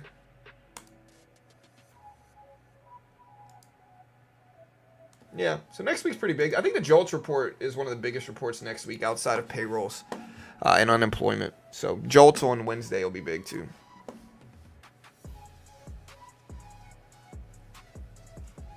Poor John. I love Michigan, to be honest, man. I really do. I genuinely like it. I like small town Michigan. I'm not really a big fan of the cities. You know, like I said, I live around Houston, so I'm already used to the big cities. I'm just not really a big fan of the cities. But I like small town Michigan. Poor John, she's making your life easy, bro. By keeping the AC down. I mean, yeah, like, we've got to, like, again, her and I have been married for over 10 years. Like, we've been with each other for a long time. We got a good life, man. We got beautiful kids, you know.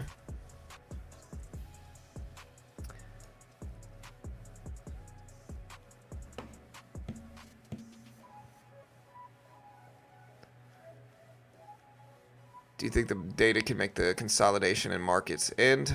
I don't know.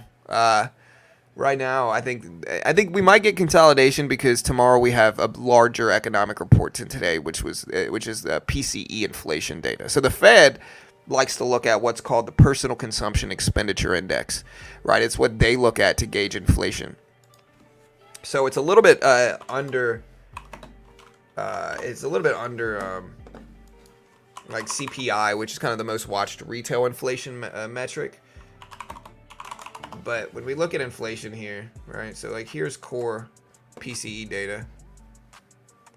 And you can kind of see, like this is by Trading Economics. You can kind of see like you can see how much it's decreased from like the heavy economic stimulating inflation spiking markets of there, and it's gotten a lot better. It's down to you know, in July it was 2.6%. I'll have to look at a recent metric. So PCE tomorrow. Last time PCE, core PCE is the big one. It showed up at 0.2%. Year over year, core PCE showed up at 2.7% or 2.6% last time. They're expecting it to go up a little bit to 2.7%. Regular PCE is about to stay the same. And month over month regular PCE is at 0.2%. So, yeah, they're not expecting PCE inflation data to move that much, but it's still pretty relevant report that will move markets some too.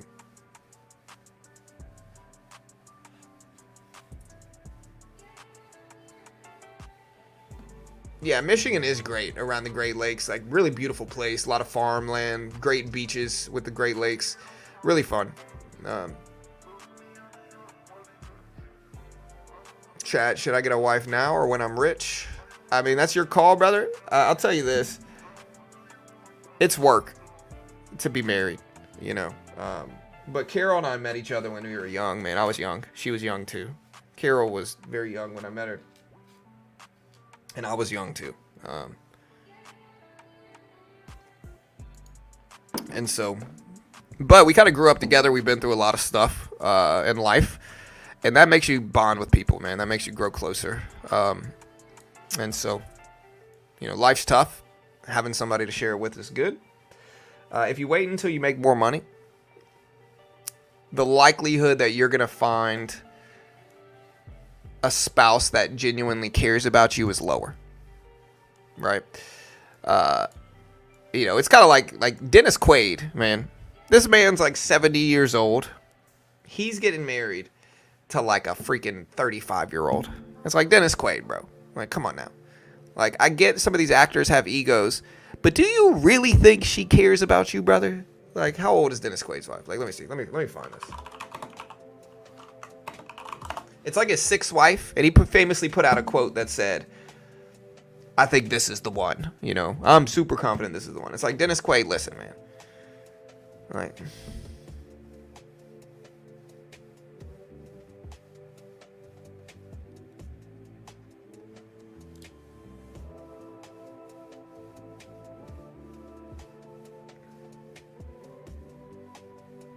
Yeah, his wife is 31 years old, and he is 70. Like, come on, Dennis, man.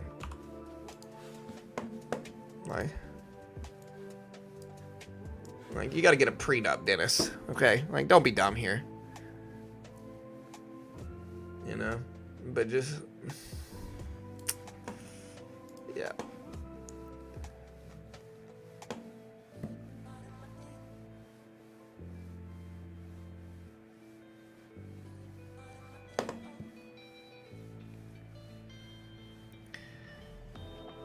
Right, like I met Carol when I had nothing. I was completely broke, had literally nothing. Genuinely nothing, right?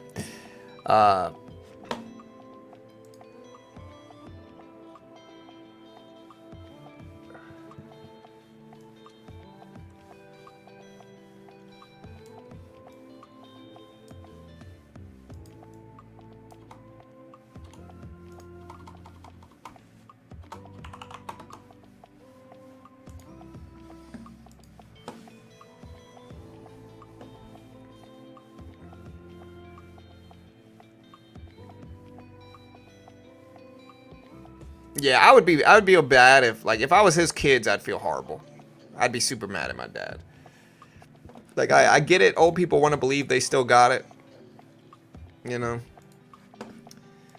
if you're with somebody that's 20 plus years your senior, or if you're with somebody that is 20 years younger than you, they probably have parent issues. And, I just don't understand how people are this dumb.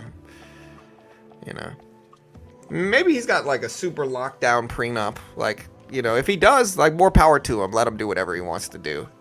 That's the only way I would understand it. If you're old and you don't care and you just, want to have a pretty girl and, you got a super good prenup, like, hey, live your life, Dennis. Maybe I'm wrong there. I don't know.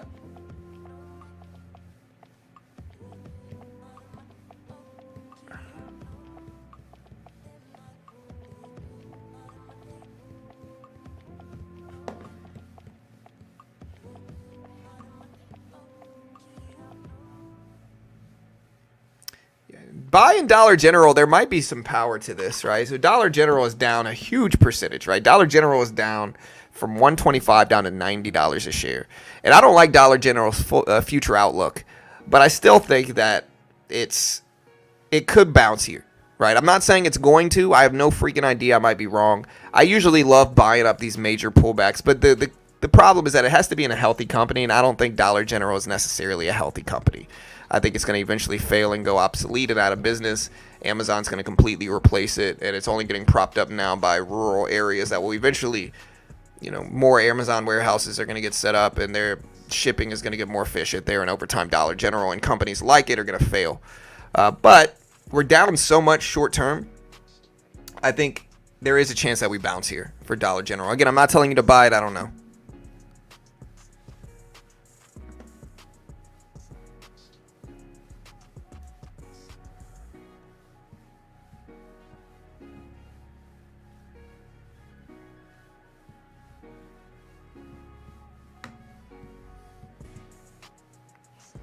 I don't really care that much, Tim. I'm just using it for content. I'm just talking about it. John, does your German Shepherds test you? Oh, absolutely. The biggest way they'll test me is Bruce is usually like super. He's less. I think Bruce as a German Shepherd is less smart.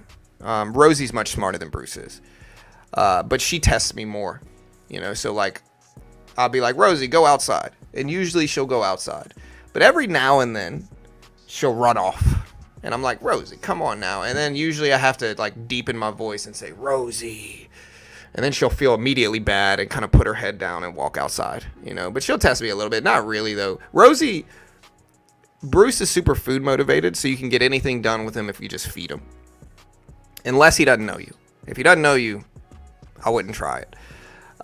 Rosie, on the other hand, is super desperate to please us. But she's also a little bit more, I would say, entitled. Like Rosie's a little bit more, she's definitely pickier with food. She's more spoiled is a better word for Rosie as a dog. My favorite dog ever, though, but you know that's probably why. I mean, I don't know if it's that easy. Bowie said the last 2 days of the month are generally green. Maybe, but I don't think it's that easy to make money like that. I don't think anything's that simple. Sometimes, though. You might be right. I'll have to look at the stats behind it.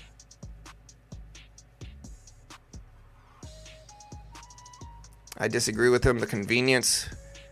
I mean, Jeff, you know. What's more convenient, Jeff? Getting in your car or walking to the store, waiting in line, checking out, or buying something and buying multiple things, free shipping over $30, and having it all shipped to you within a day? Which is more convenient to you, Jeff? You know. I'm not trying to argue here, but I think not having to do anything and having it shipped directly to your house without you having to do anything is much more convenient than getting in your car, driving somewhere, waiting in line, checking out, driving home. One's definitely more work.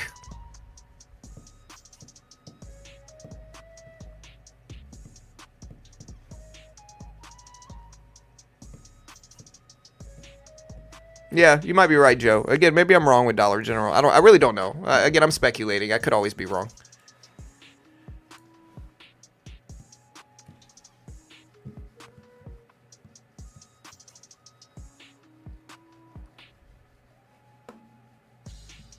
I think the demographic that uses dollar stores are not Amazon or online shoppers. I absolutely agree, and that's why I think they're inevitably going to fail, Fred. Because take your same concept there, different demographics, right? Which we're really, let's be honest, you're talking about older people. Older people use Dollar General. They're they're more skeptical of online shipping stuff.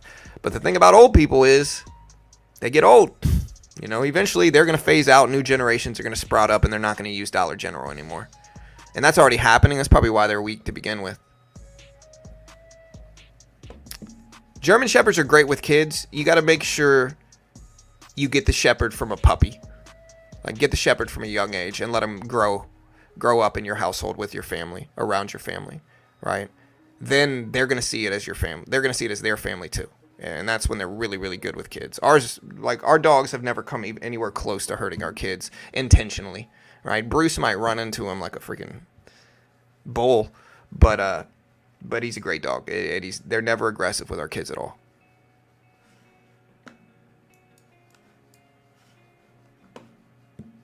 Yeah, I like older people too. Older people are super generally nice, kind, friendly, compassionate. Like, you know, I'm not hating on older people for sure. I just think that we got to call a spade, you know. Older people are going to be the ones that are mostly using dollar stores.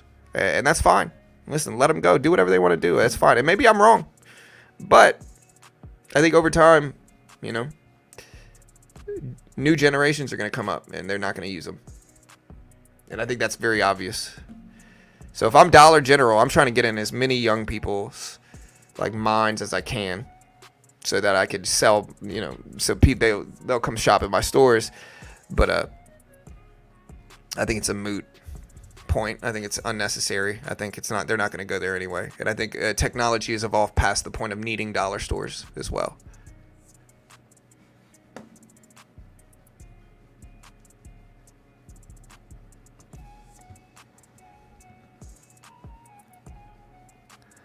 How do you think people should deal with people stealing packages? I think we should prosecute them as much as we can, you know.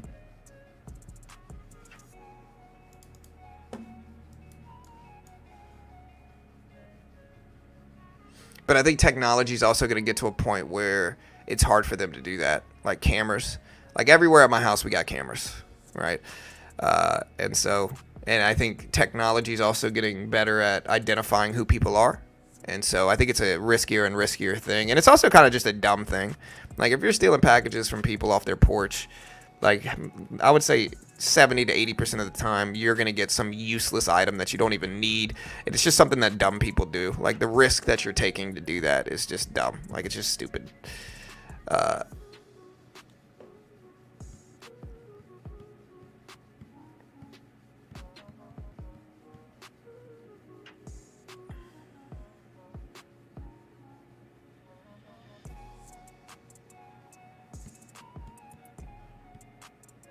All right, guys, we got 18 minutes left until the market opens, guys. 18 minutes. Yeah, I've seen that one, Daphne.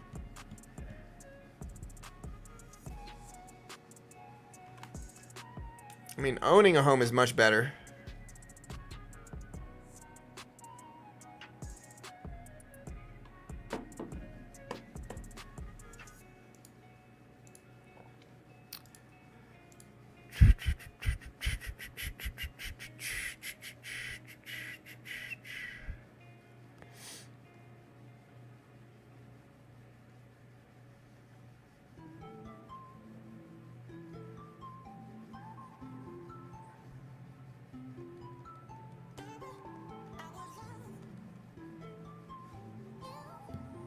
We deal with stolen package all the time. Yeah, I mean, I'm commenting. Somebody's getting mad. I'm commenting. Like, I'm just talking to people in my chat room, guys.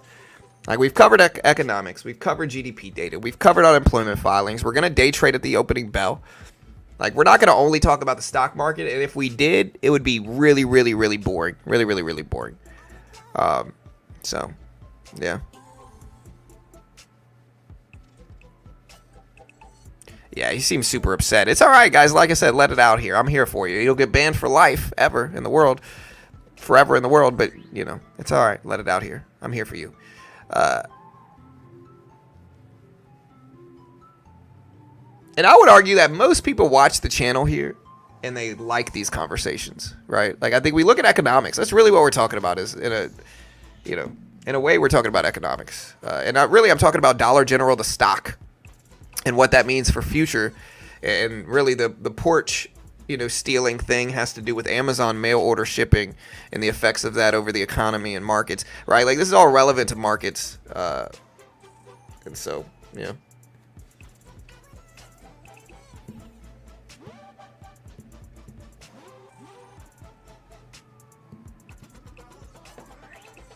Right, that's exactly what it is. People that are upset. Most of the time, people that are upset that are kind of like you got some people that are very obviously like creating username after username like harassing my channel.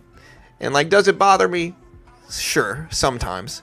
But I also pity them, right? I genuinely feel bad for them because like for somebody to behave that way means that they're just really struggling with their own life. Like whatever they got going on in their life is just not doing it for them. And so, that's the only real reason I can imagine doing that to somebody. Like they must really be unhappy with themselves and their life. And so, again, like, do I dislike it? Sure.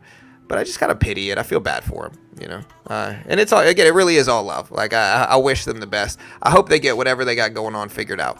Because, I try to put goodness out into the world. I really do. I know people disagree with me.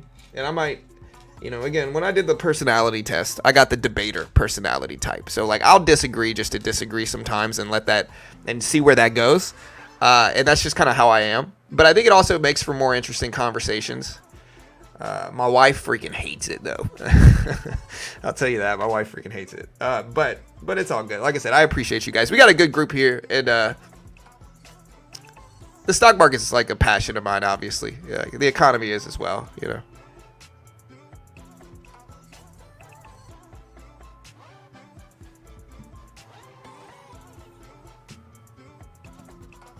I hope we win the Super Bowl, Joe. I don't know if we're going to.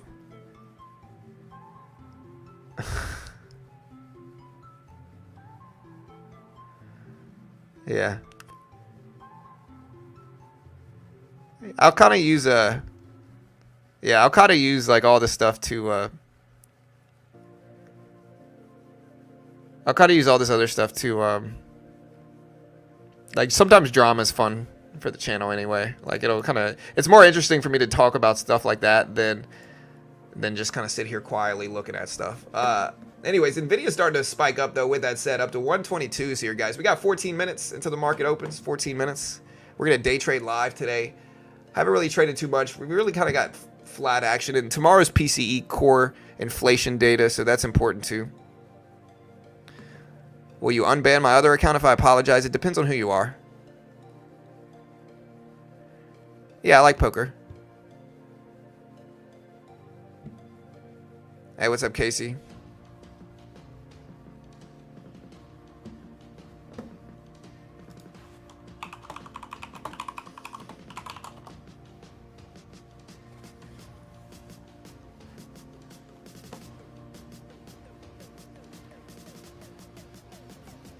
I wish Drew Brees would come back.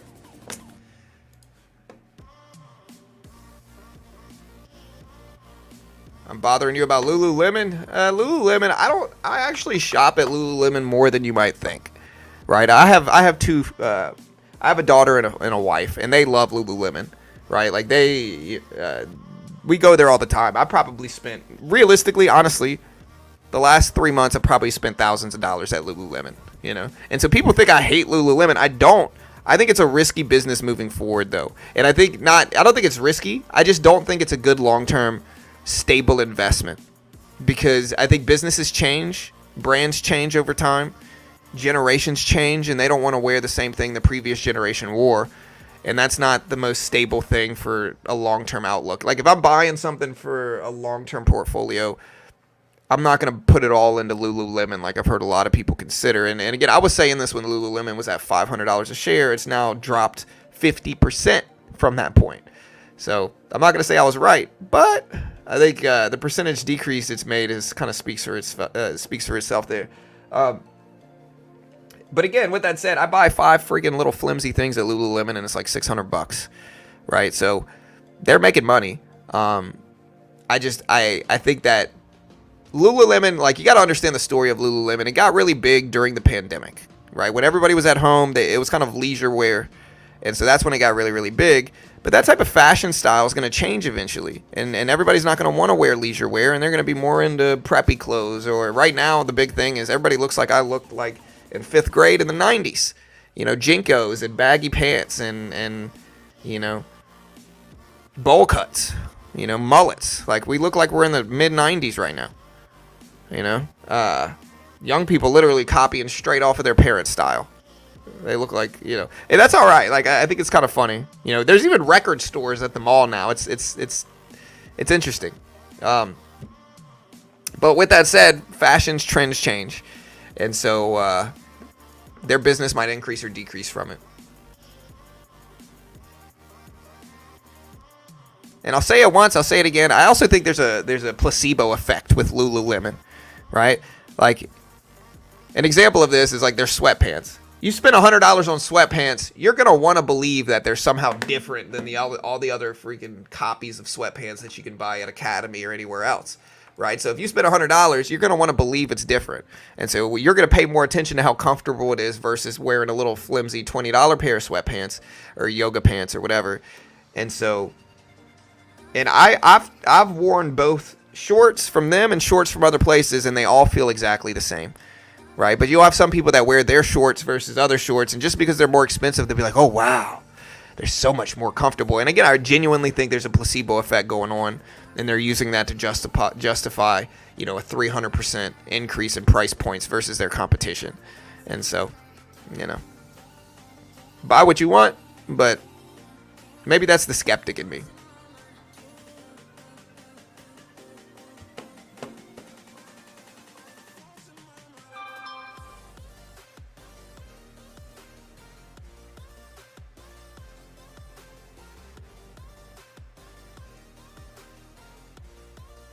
Yeah, they probably cost $10 to make all of them. And again, there's not much difference I don't feel much of a difference wearing them versus like other stuff that you buy at Academy for 90% less.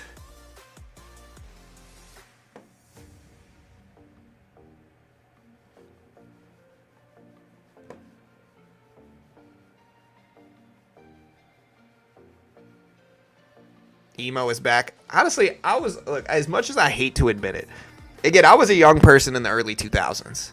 Okay, like I remember listening to like Brand New, and I honestly, I'll admit it, I still listen to Brand New a little bit. Some of their stuff's good. I can't lie, you know. Deja Intendu or whatever that album is, still a good album, bro. The Tommy Gun song, still good, you know. Yeah, there's some good emo bands that I'll still listen to. I listen to a lot of different stuff. I'm kind of a rap nerd too. I grew up in South Louisiana, which is kind of like a mecca for like rap music, southern rap, you know. All right, guys, we got 8 minutes.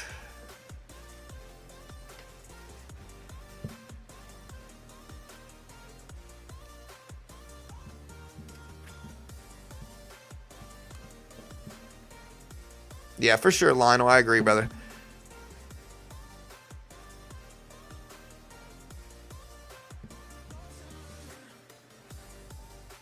Let's hear your Cajun accent. I don't really have a Cajun accent like that. I might have a little bit of a southern accent, but I think running these live streams has made it go away more. You also like I'm from like an hour away from New Orleans, and so my accent is more. It's not like Creole. It's more like if you go to New Orleans, it's a mix of like Creole and city accent, like almost like a Jersey accent, right? So if you mix like a Jersey accent with like a Creole accent, you're gonna get a New Orleans accent, right? And again, I grew up about an hour away from New Orleans. You know, my dad's side of the family is from New Orleans, and my mom's side of the family is from. Some of my dad's side is from New Orleans. The other side is from Alabama, which, you know, if anybody understands college football, Thanksgivings were really interesting. But yeah. Then my mom's side was from a small town in Louisiana, like very country, very Cajun. You know, my mother's maiden name is very Cajun. No, I don't listen to My Chemical Romance. I was never a big fan of them. Master P? L Biggie? Yeah. For sure, Jay. That's how it goes. Polls looking bullish. Yeah, I mean, most people were bullish for the GDP report, too.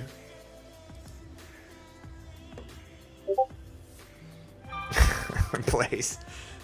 Yeah. All right, guys, we're gonna get ready to day trade here. We got 6 minutes left. Let me pull this up. All right, we got NVIDIA and the SPY up here. We're gonna pull Top Step X up.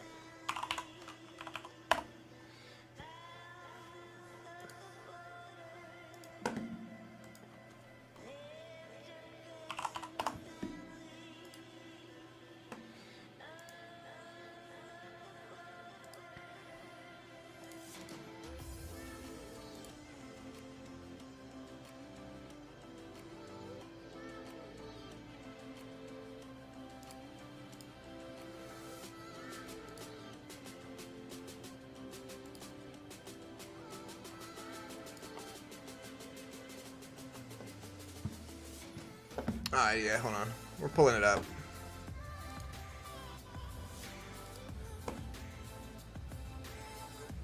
Yeah, Breeze was smart. I really felt bad for Breeze because his last couple of years were really close. Like, we got to the playoffs.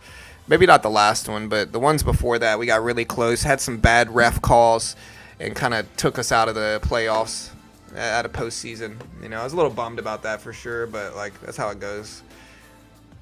You know, the problem with the NFL is, like, you know, conveniently the big market teams win more. And obviously some of that is because there's more money floating around. But I think it's also because they want the Super Bowl to go to a big money team that's going to make them the most, right? So there's a lot of bias there for big money teams. And I'm not saying the Saints isn't a big money team, but it's definitely not competitive with, like, some of the others, you know. So it is what it is.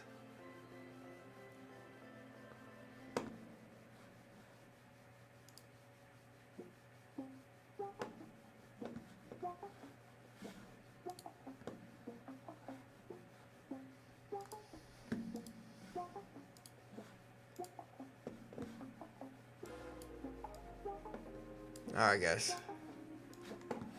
So we are going to be trading here. Put this up. This is Top Step X2. 0 commissions here. I don't really like using the DOM. I'll keep the order. I don't need the time and sales either. I'd rather flatten this out as much as I can. Show my positions here. And that's it. Kind of flat open though. So we're kind of middle range too. So I gotta just chill. I'm gonna shrink myself. And then we'll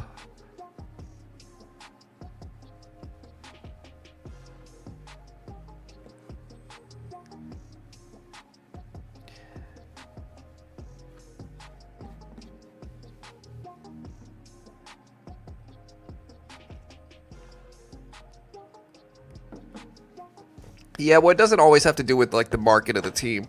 It has to do with like who's the quarterback and like a lot of stuff, like the stories that you can put behind it.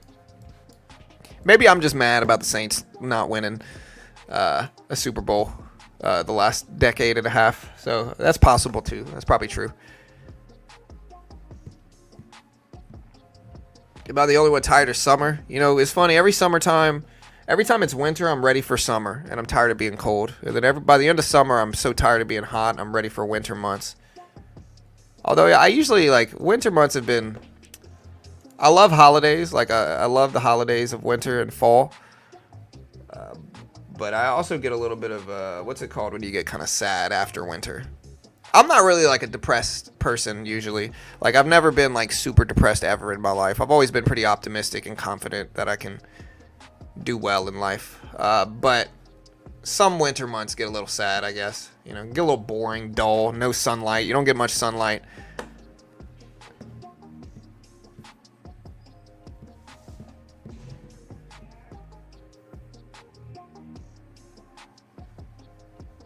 Thanks, John. You are a cool dude. Top 3. All right, guys, here we go.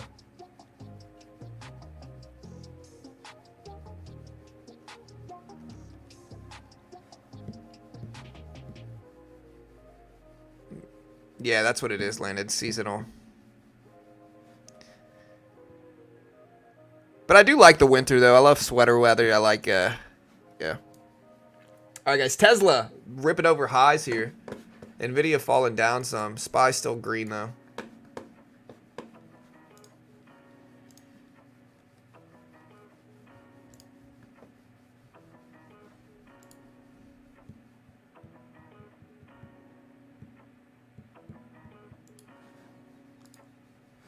All right, guys. AMC still moving up. Where's GameStop at?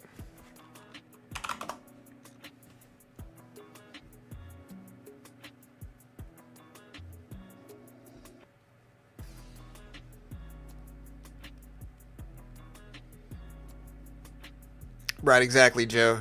That's why I try to tell people, like, you got these group of traders that take massive option positions ahead of earnings. And then when they don't do anything, they get all upset like it's manipulation. But again, it just comes across as inexperience to me. All right, here's the opening bell, guys.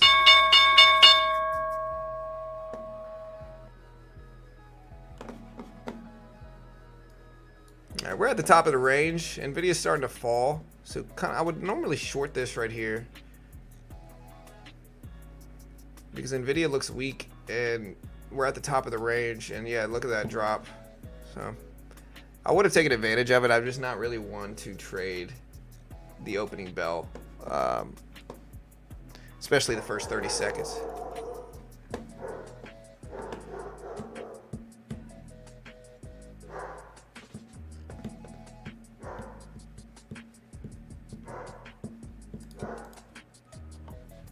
Sorry, that's my dog Bruce.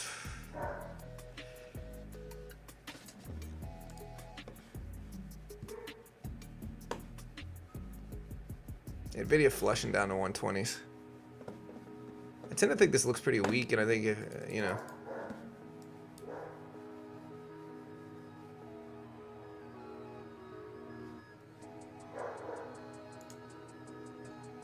See, I shorted this. It's kind of a risky move. This is a challenge. I'm just going to swing for this one, guys. So again, we're going to trade our actual funded account a little bit later on. And if we lose this, we're out 50 bucks, which it looks like we're going to. Dang, dude. Okay. Well, lesson learned. $50 mistake on my end. Again, this is a challenge account, so. Lesson learned. What a huge squeeze up in the NASDAQ. All right.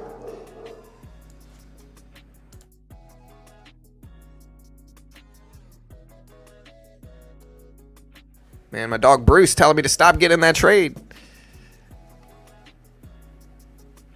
Yeah. Yeah, he was originally called Elvis when we got him. We got him from this old lady. And who couldn't really deal with him anymore. Tesla just ripped over highs. Is Super Micro? I mean, it's up a little bit. We'll see if it holds over 450. That's a big move, though, guys. Wow. So big, I'm probably going to try to short the top. All right, so we got 2 contracts here. Took half off. All right, baby. Here, where's Jack? Here. He's right here. Hey, you need to let these guys, the factory guys in. Okay? Love you. All right, love you. All right, so we're out. We just made a couple $100 there. Hey, wait, can you get him to give me a hug? Yeah, he never gave me a hug earlier. All right, baby. Well, come on. Come on, Jack. All right, come on, man. Just hurry up, run. All right, dude. Hey, I love you, man. Have a great day at school, buddy. Your day will be good, okay? I love you, man. I'll see you later, dude. All right.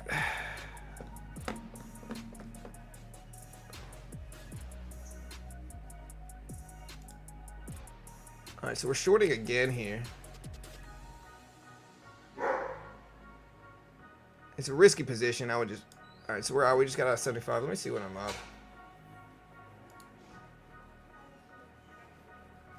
Let me see. Orders. Trades. There it is. Okay. Yeah, so 280 a trade is nothing.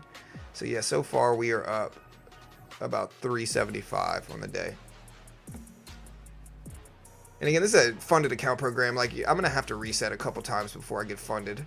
But that's all right.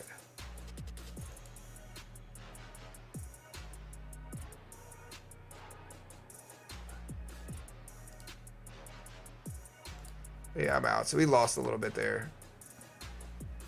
If we see some more bad signs, we'll short. But man, look at NVIDIA pump.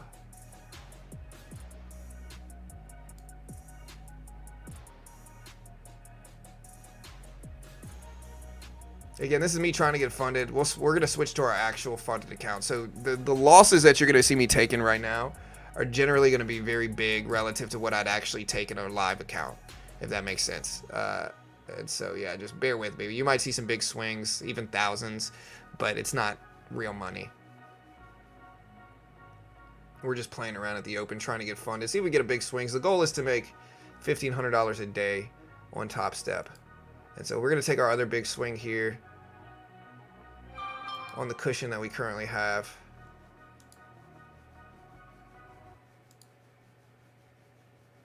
And you'll see me trade much differently whenever we trade an actual live account. All right, so we took that off there. Took more off.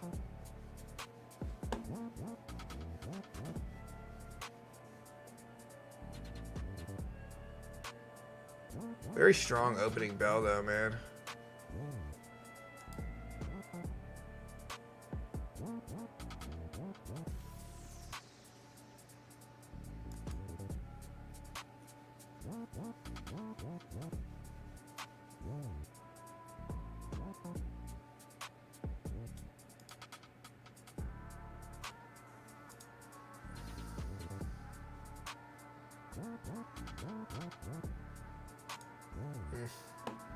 Kind of flat, all these trades.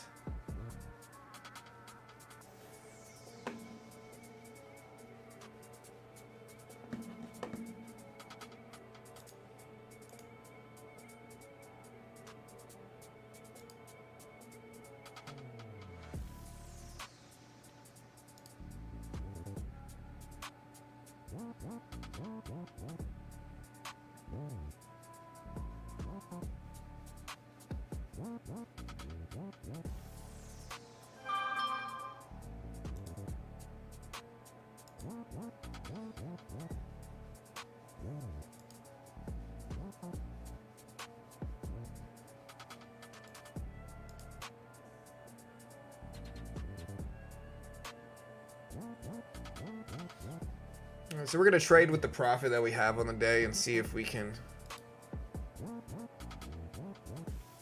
get at least halfway to the goal today. We haven't been trading in these as much.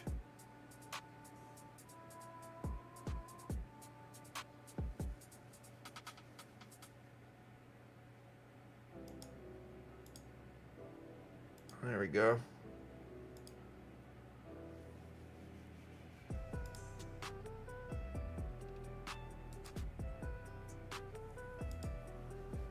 All right, so just now we made about 500 bucks, 400 bucks.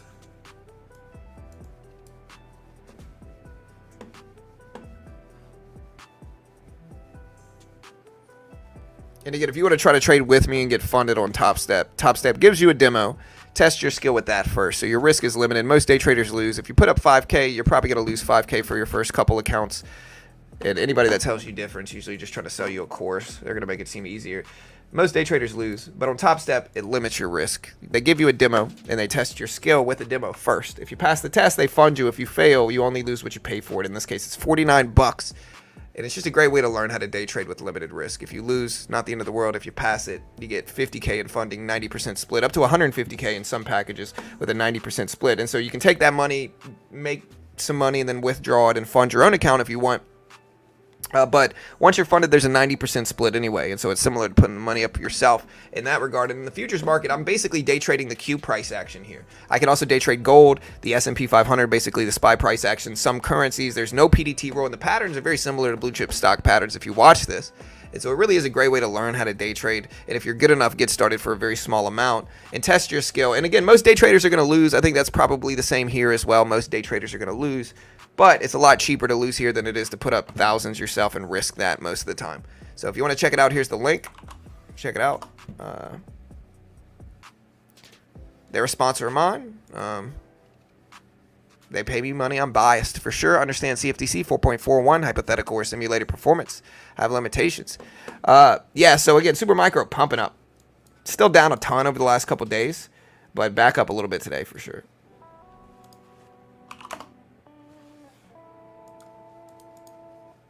Dollar General bouncing a little bit now.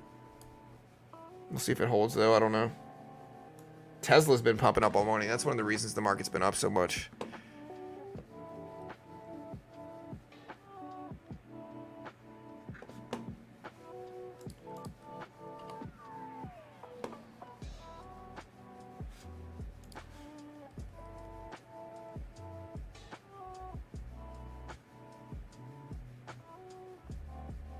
Impossible that the market will just go up all day long. Well, yeah. I mean, it's not impossible. It's just improbable, I should say. But yeah.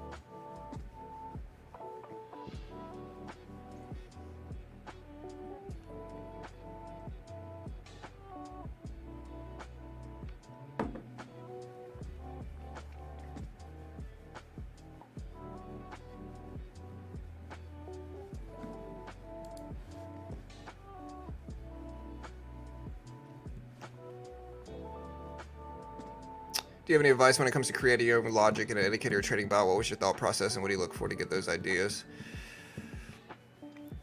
I mean, I'm not going to be too specific because I don't know what I'm going to do with the codes that I've built yet, right? And that's just me being transparent, to be completely honest. what I would say is I combine multiple different things, you know, strategy, setups, indicators, and use that to create kind of like super indicators is what I do. And then don't be afraid to back test using AI as well.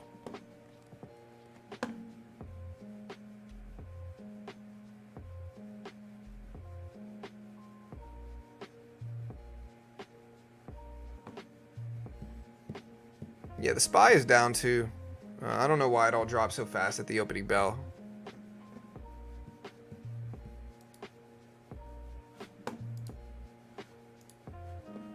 Alright, so we got this big pullback. I'm gonna start buying this up maybe a little bit here.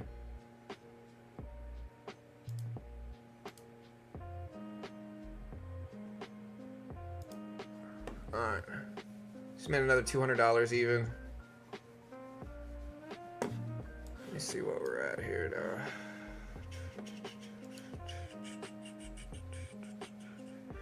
Alright, so yeah, we're at about $600 in profit.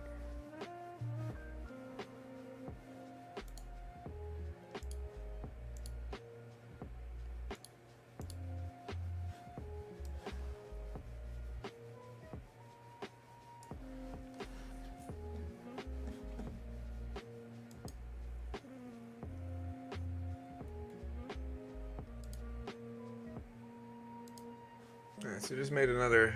Man, they only gave me $90. This is a bad fill, but maybe it turned. So yeah, we're up. Again, we're up over close to 700 now.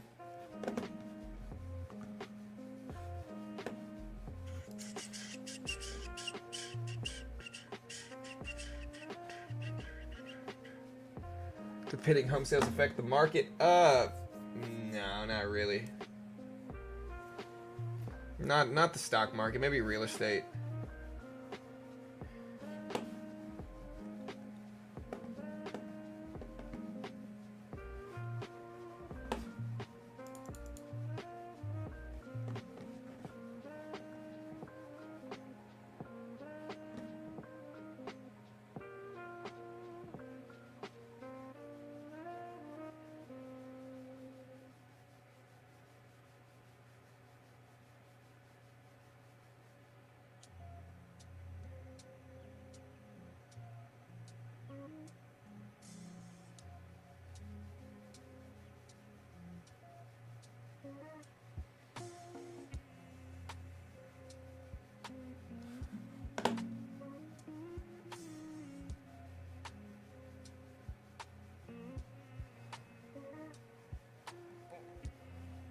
Yeah, we're sitting tight waiting here, guys. Again, I kind of predicted this bounce, but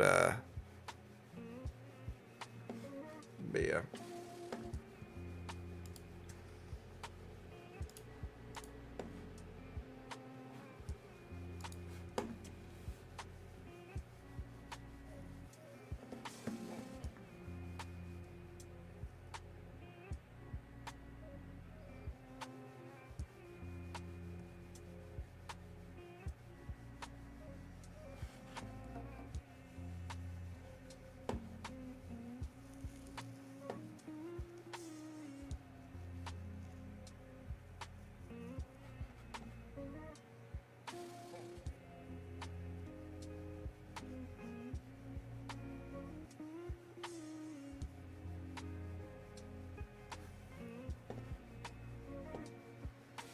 I have no idea where the Nasdaq ends today. Again, it's just too unpredictable, to be honest.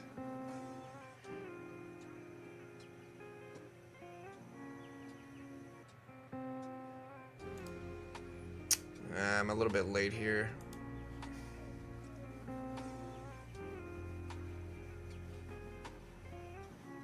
You can kind of see my trades today, guys. We spread it out. We're up about, I would say we're probably up about 700 today.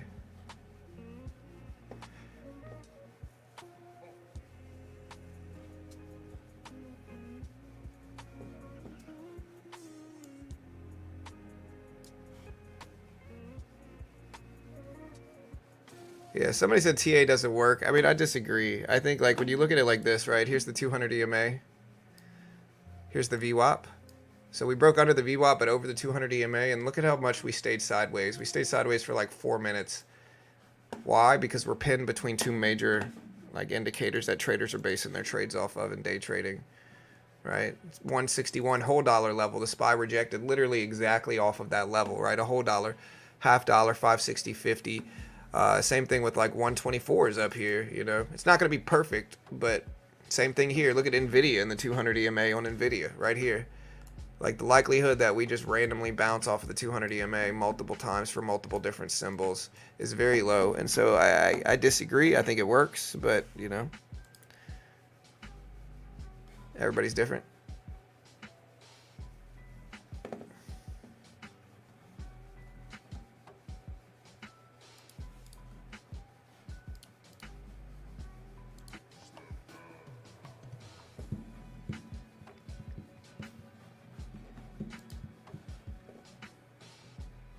Yeah, pending home sales are insignificant for markets unless we're talking about specifically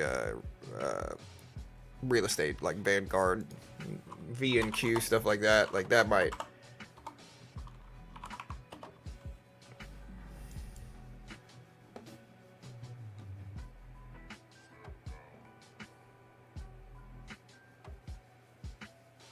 Tesla's still pumping up to 213s. Yeah, exactly. It's not magic. It's useful.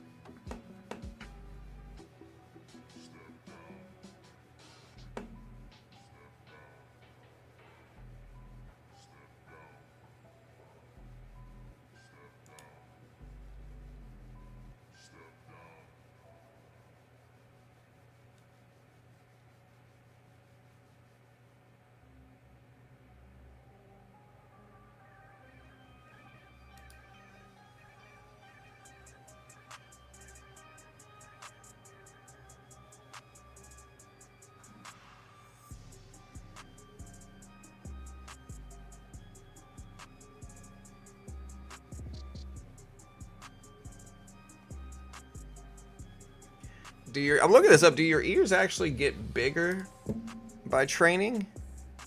My ears have hurt for days. And I really don't want cauliflower ear.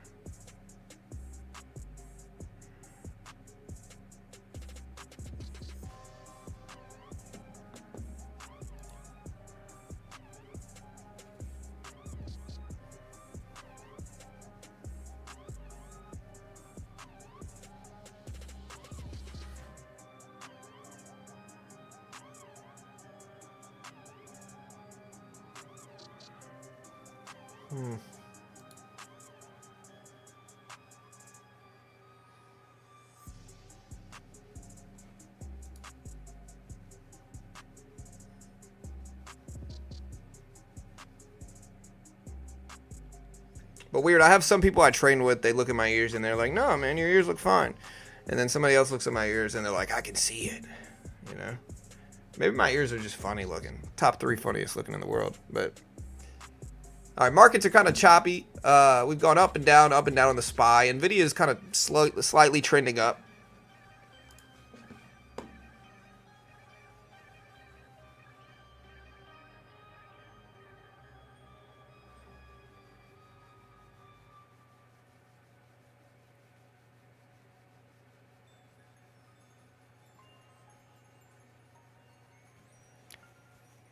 I think cauliflower ears is a flex. Not if you're married, it's not.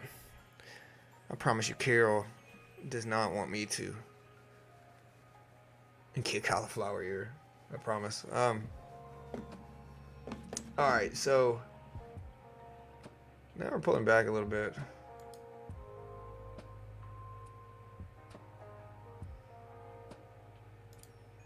All right, we made another $105. If I could just keep making these little $105 gains. Yeah, we're up about $800 today. So that's nice. Again, you can kind of see my trade list here. If you want to day trade with me on Top Step, again, link is in the description. Great way to learn how to day trade, and if you're good enough, you can get funded for cheap. Might take a couple tries, though, from my experience, at least for me. But I'm one of the top 3 worst ever, so. I thought you were a wrestler? No, I've never wrestled before.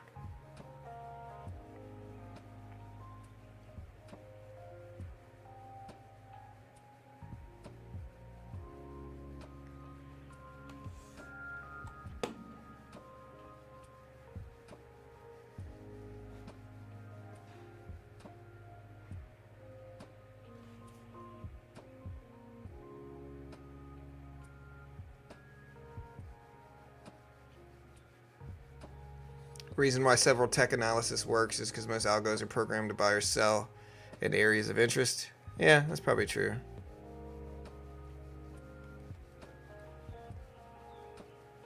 Yeah, I mean...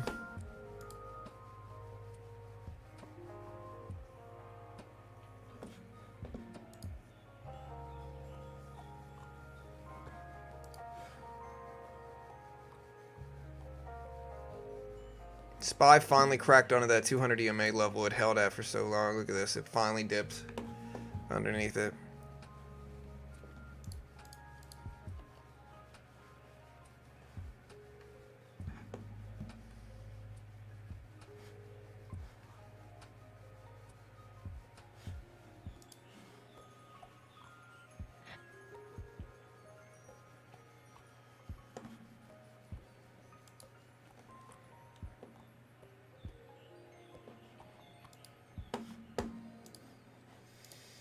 Do we have any big earnings today? We had Best Buy this morning and Dollar General, which obviously Dollar General underperformed. We got Dell, Lululemon, Ulta, Gap, MongoDB, Autodesk, and a couple other ones too.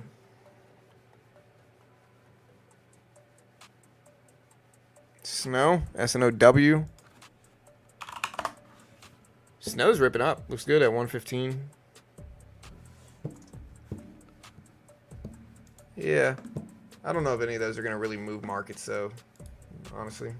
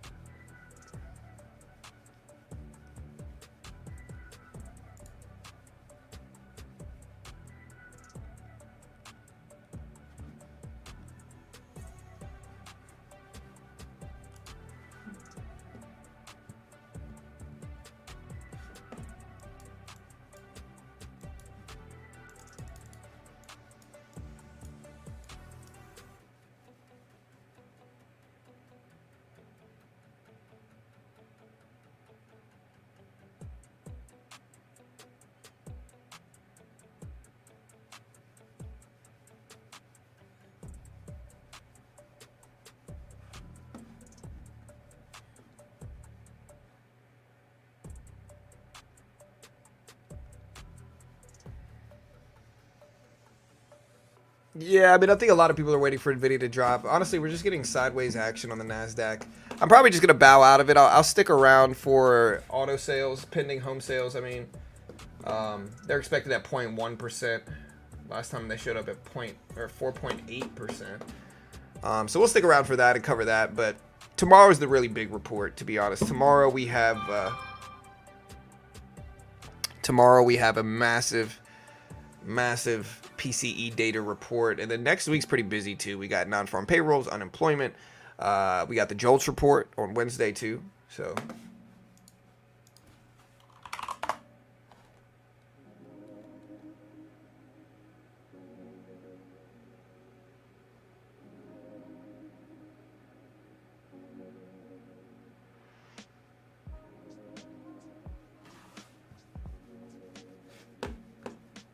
yeah, we'll stick around and wait here. All right, good luck, Lolo. You get NVIDIA back up to 124s. Look at the NASDAQ break highs. Snow pumping up. Tesla just broke highs again. Where's Apple at and all this stuff? SPY broke highs. Apple's getting close to breaking highs. It's at 231s. Look at the SPY up there.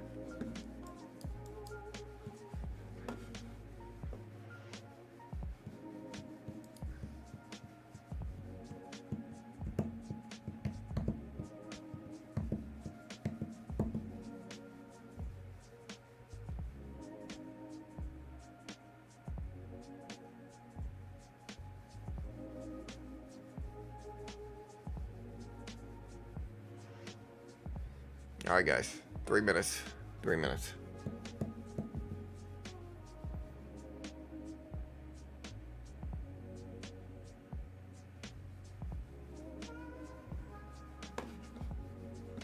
So we broke highs. I kind of want to buy this, but I also think that a lot of the time when I buy these pullbacks, we just kind of come right back down and fake me out and turn into like a longer term slight upward trend instead of like a big upward trend. It doesn't mean it's going to happen, but we're also at the very top of the range. I'll try shorting it. Let's take the other side of that logic. I just made another 90 bucks, up over 800 today, after commissions.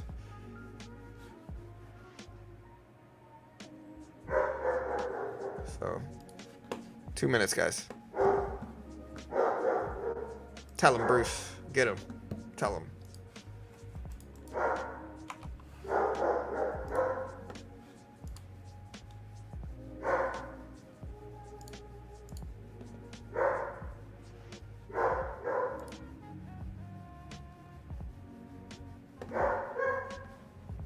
Hush, Bruce. Hush. Hush. Nope. Hush, buddy. There he goes. All right, guys. Tesla consolidating.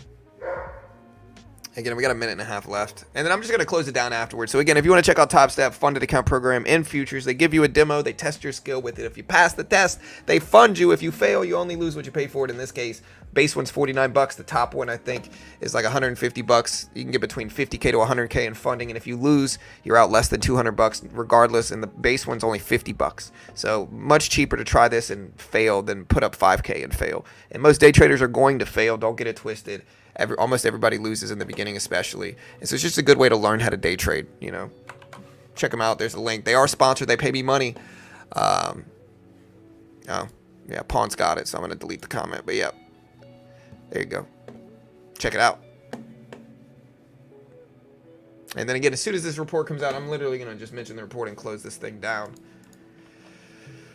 Whew. All right.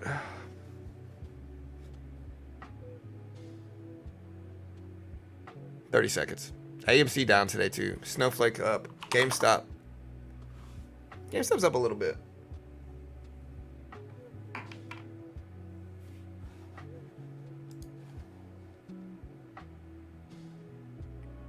All right, 15. This is not a big report though, guys. This is pending home sales. It's a very small report. We're gonna cover it just because we're here, and so we might as well cover the economic report that comes out. But again, it won't move markets at all. Not really, at least. Not unless we're looking at VNQ or like a real estate ETF or something. All right, they came out at minus 5.5%, so much less pending home sales month to month than expected. Honestly, look at the market jump. I don't know if it was in correlation with the pending home sales or what, but we came in at minus 5.5%. Actually, a pretty big disparity between what they thought, and they thought it would come in at 0.2%. It showed up at negative 5.5% for pending home sales. Interesting. Yeah, market's pumping up on that report, so maybe it's not the report causing it. Maybe it just had coincidental timing. But yeah, guys, I'm out of here. Bruce Barkin, I'm out. I'll see you guys later. Love you all. Y'all be safe. Be back tomorrow. PCE inflation, massive report tomorrow. See you guys then.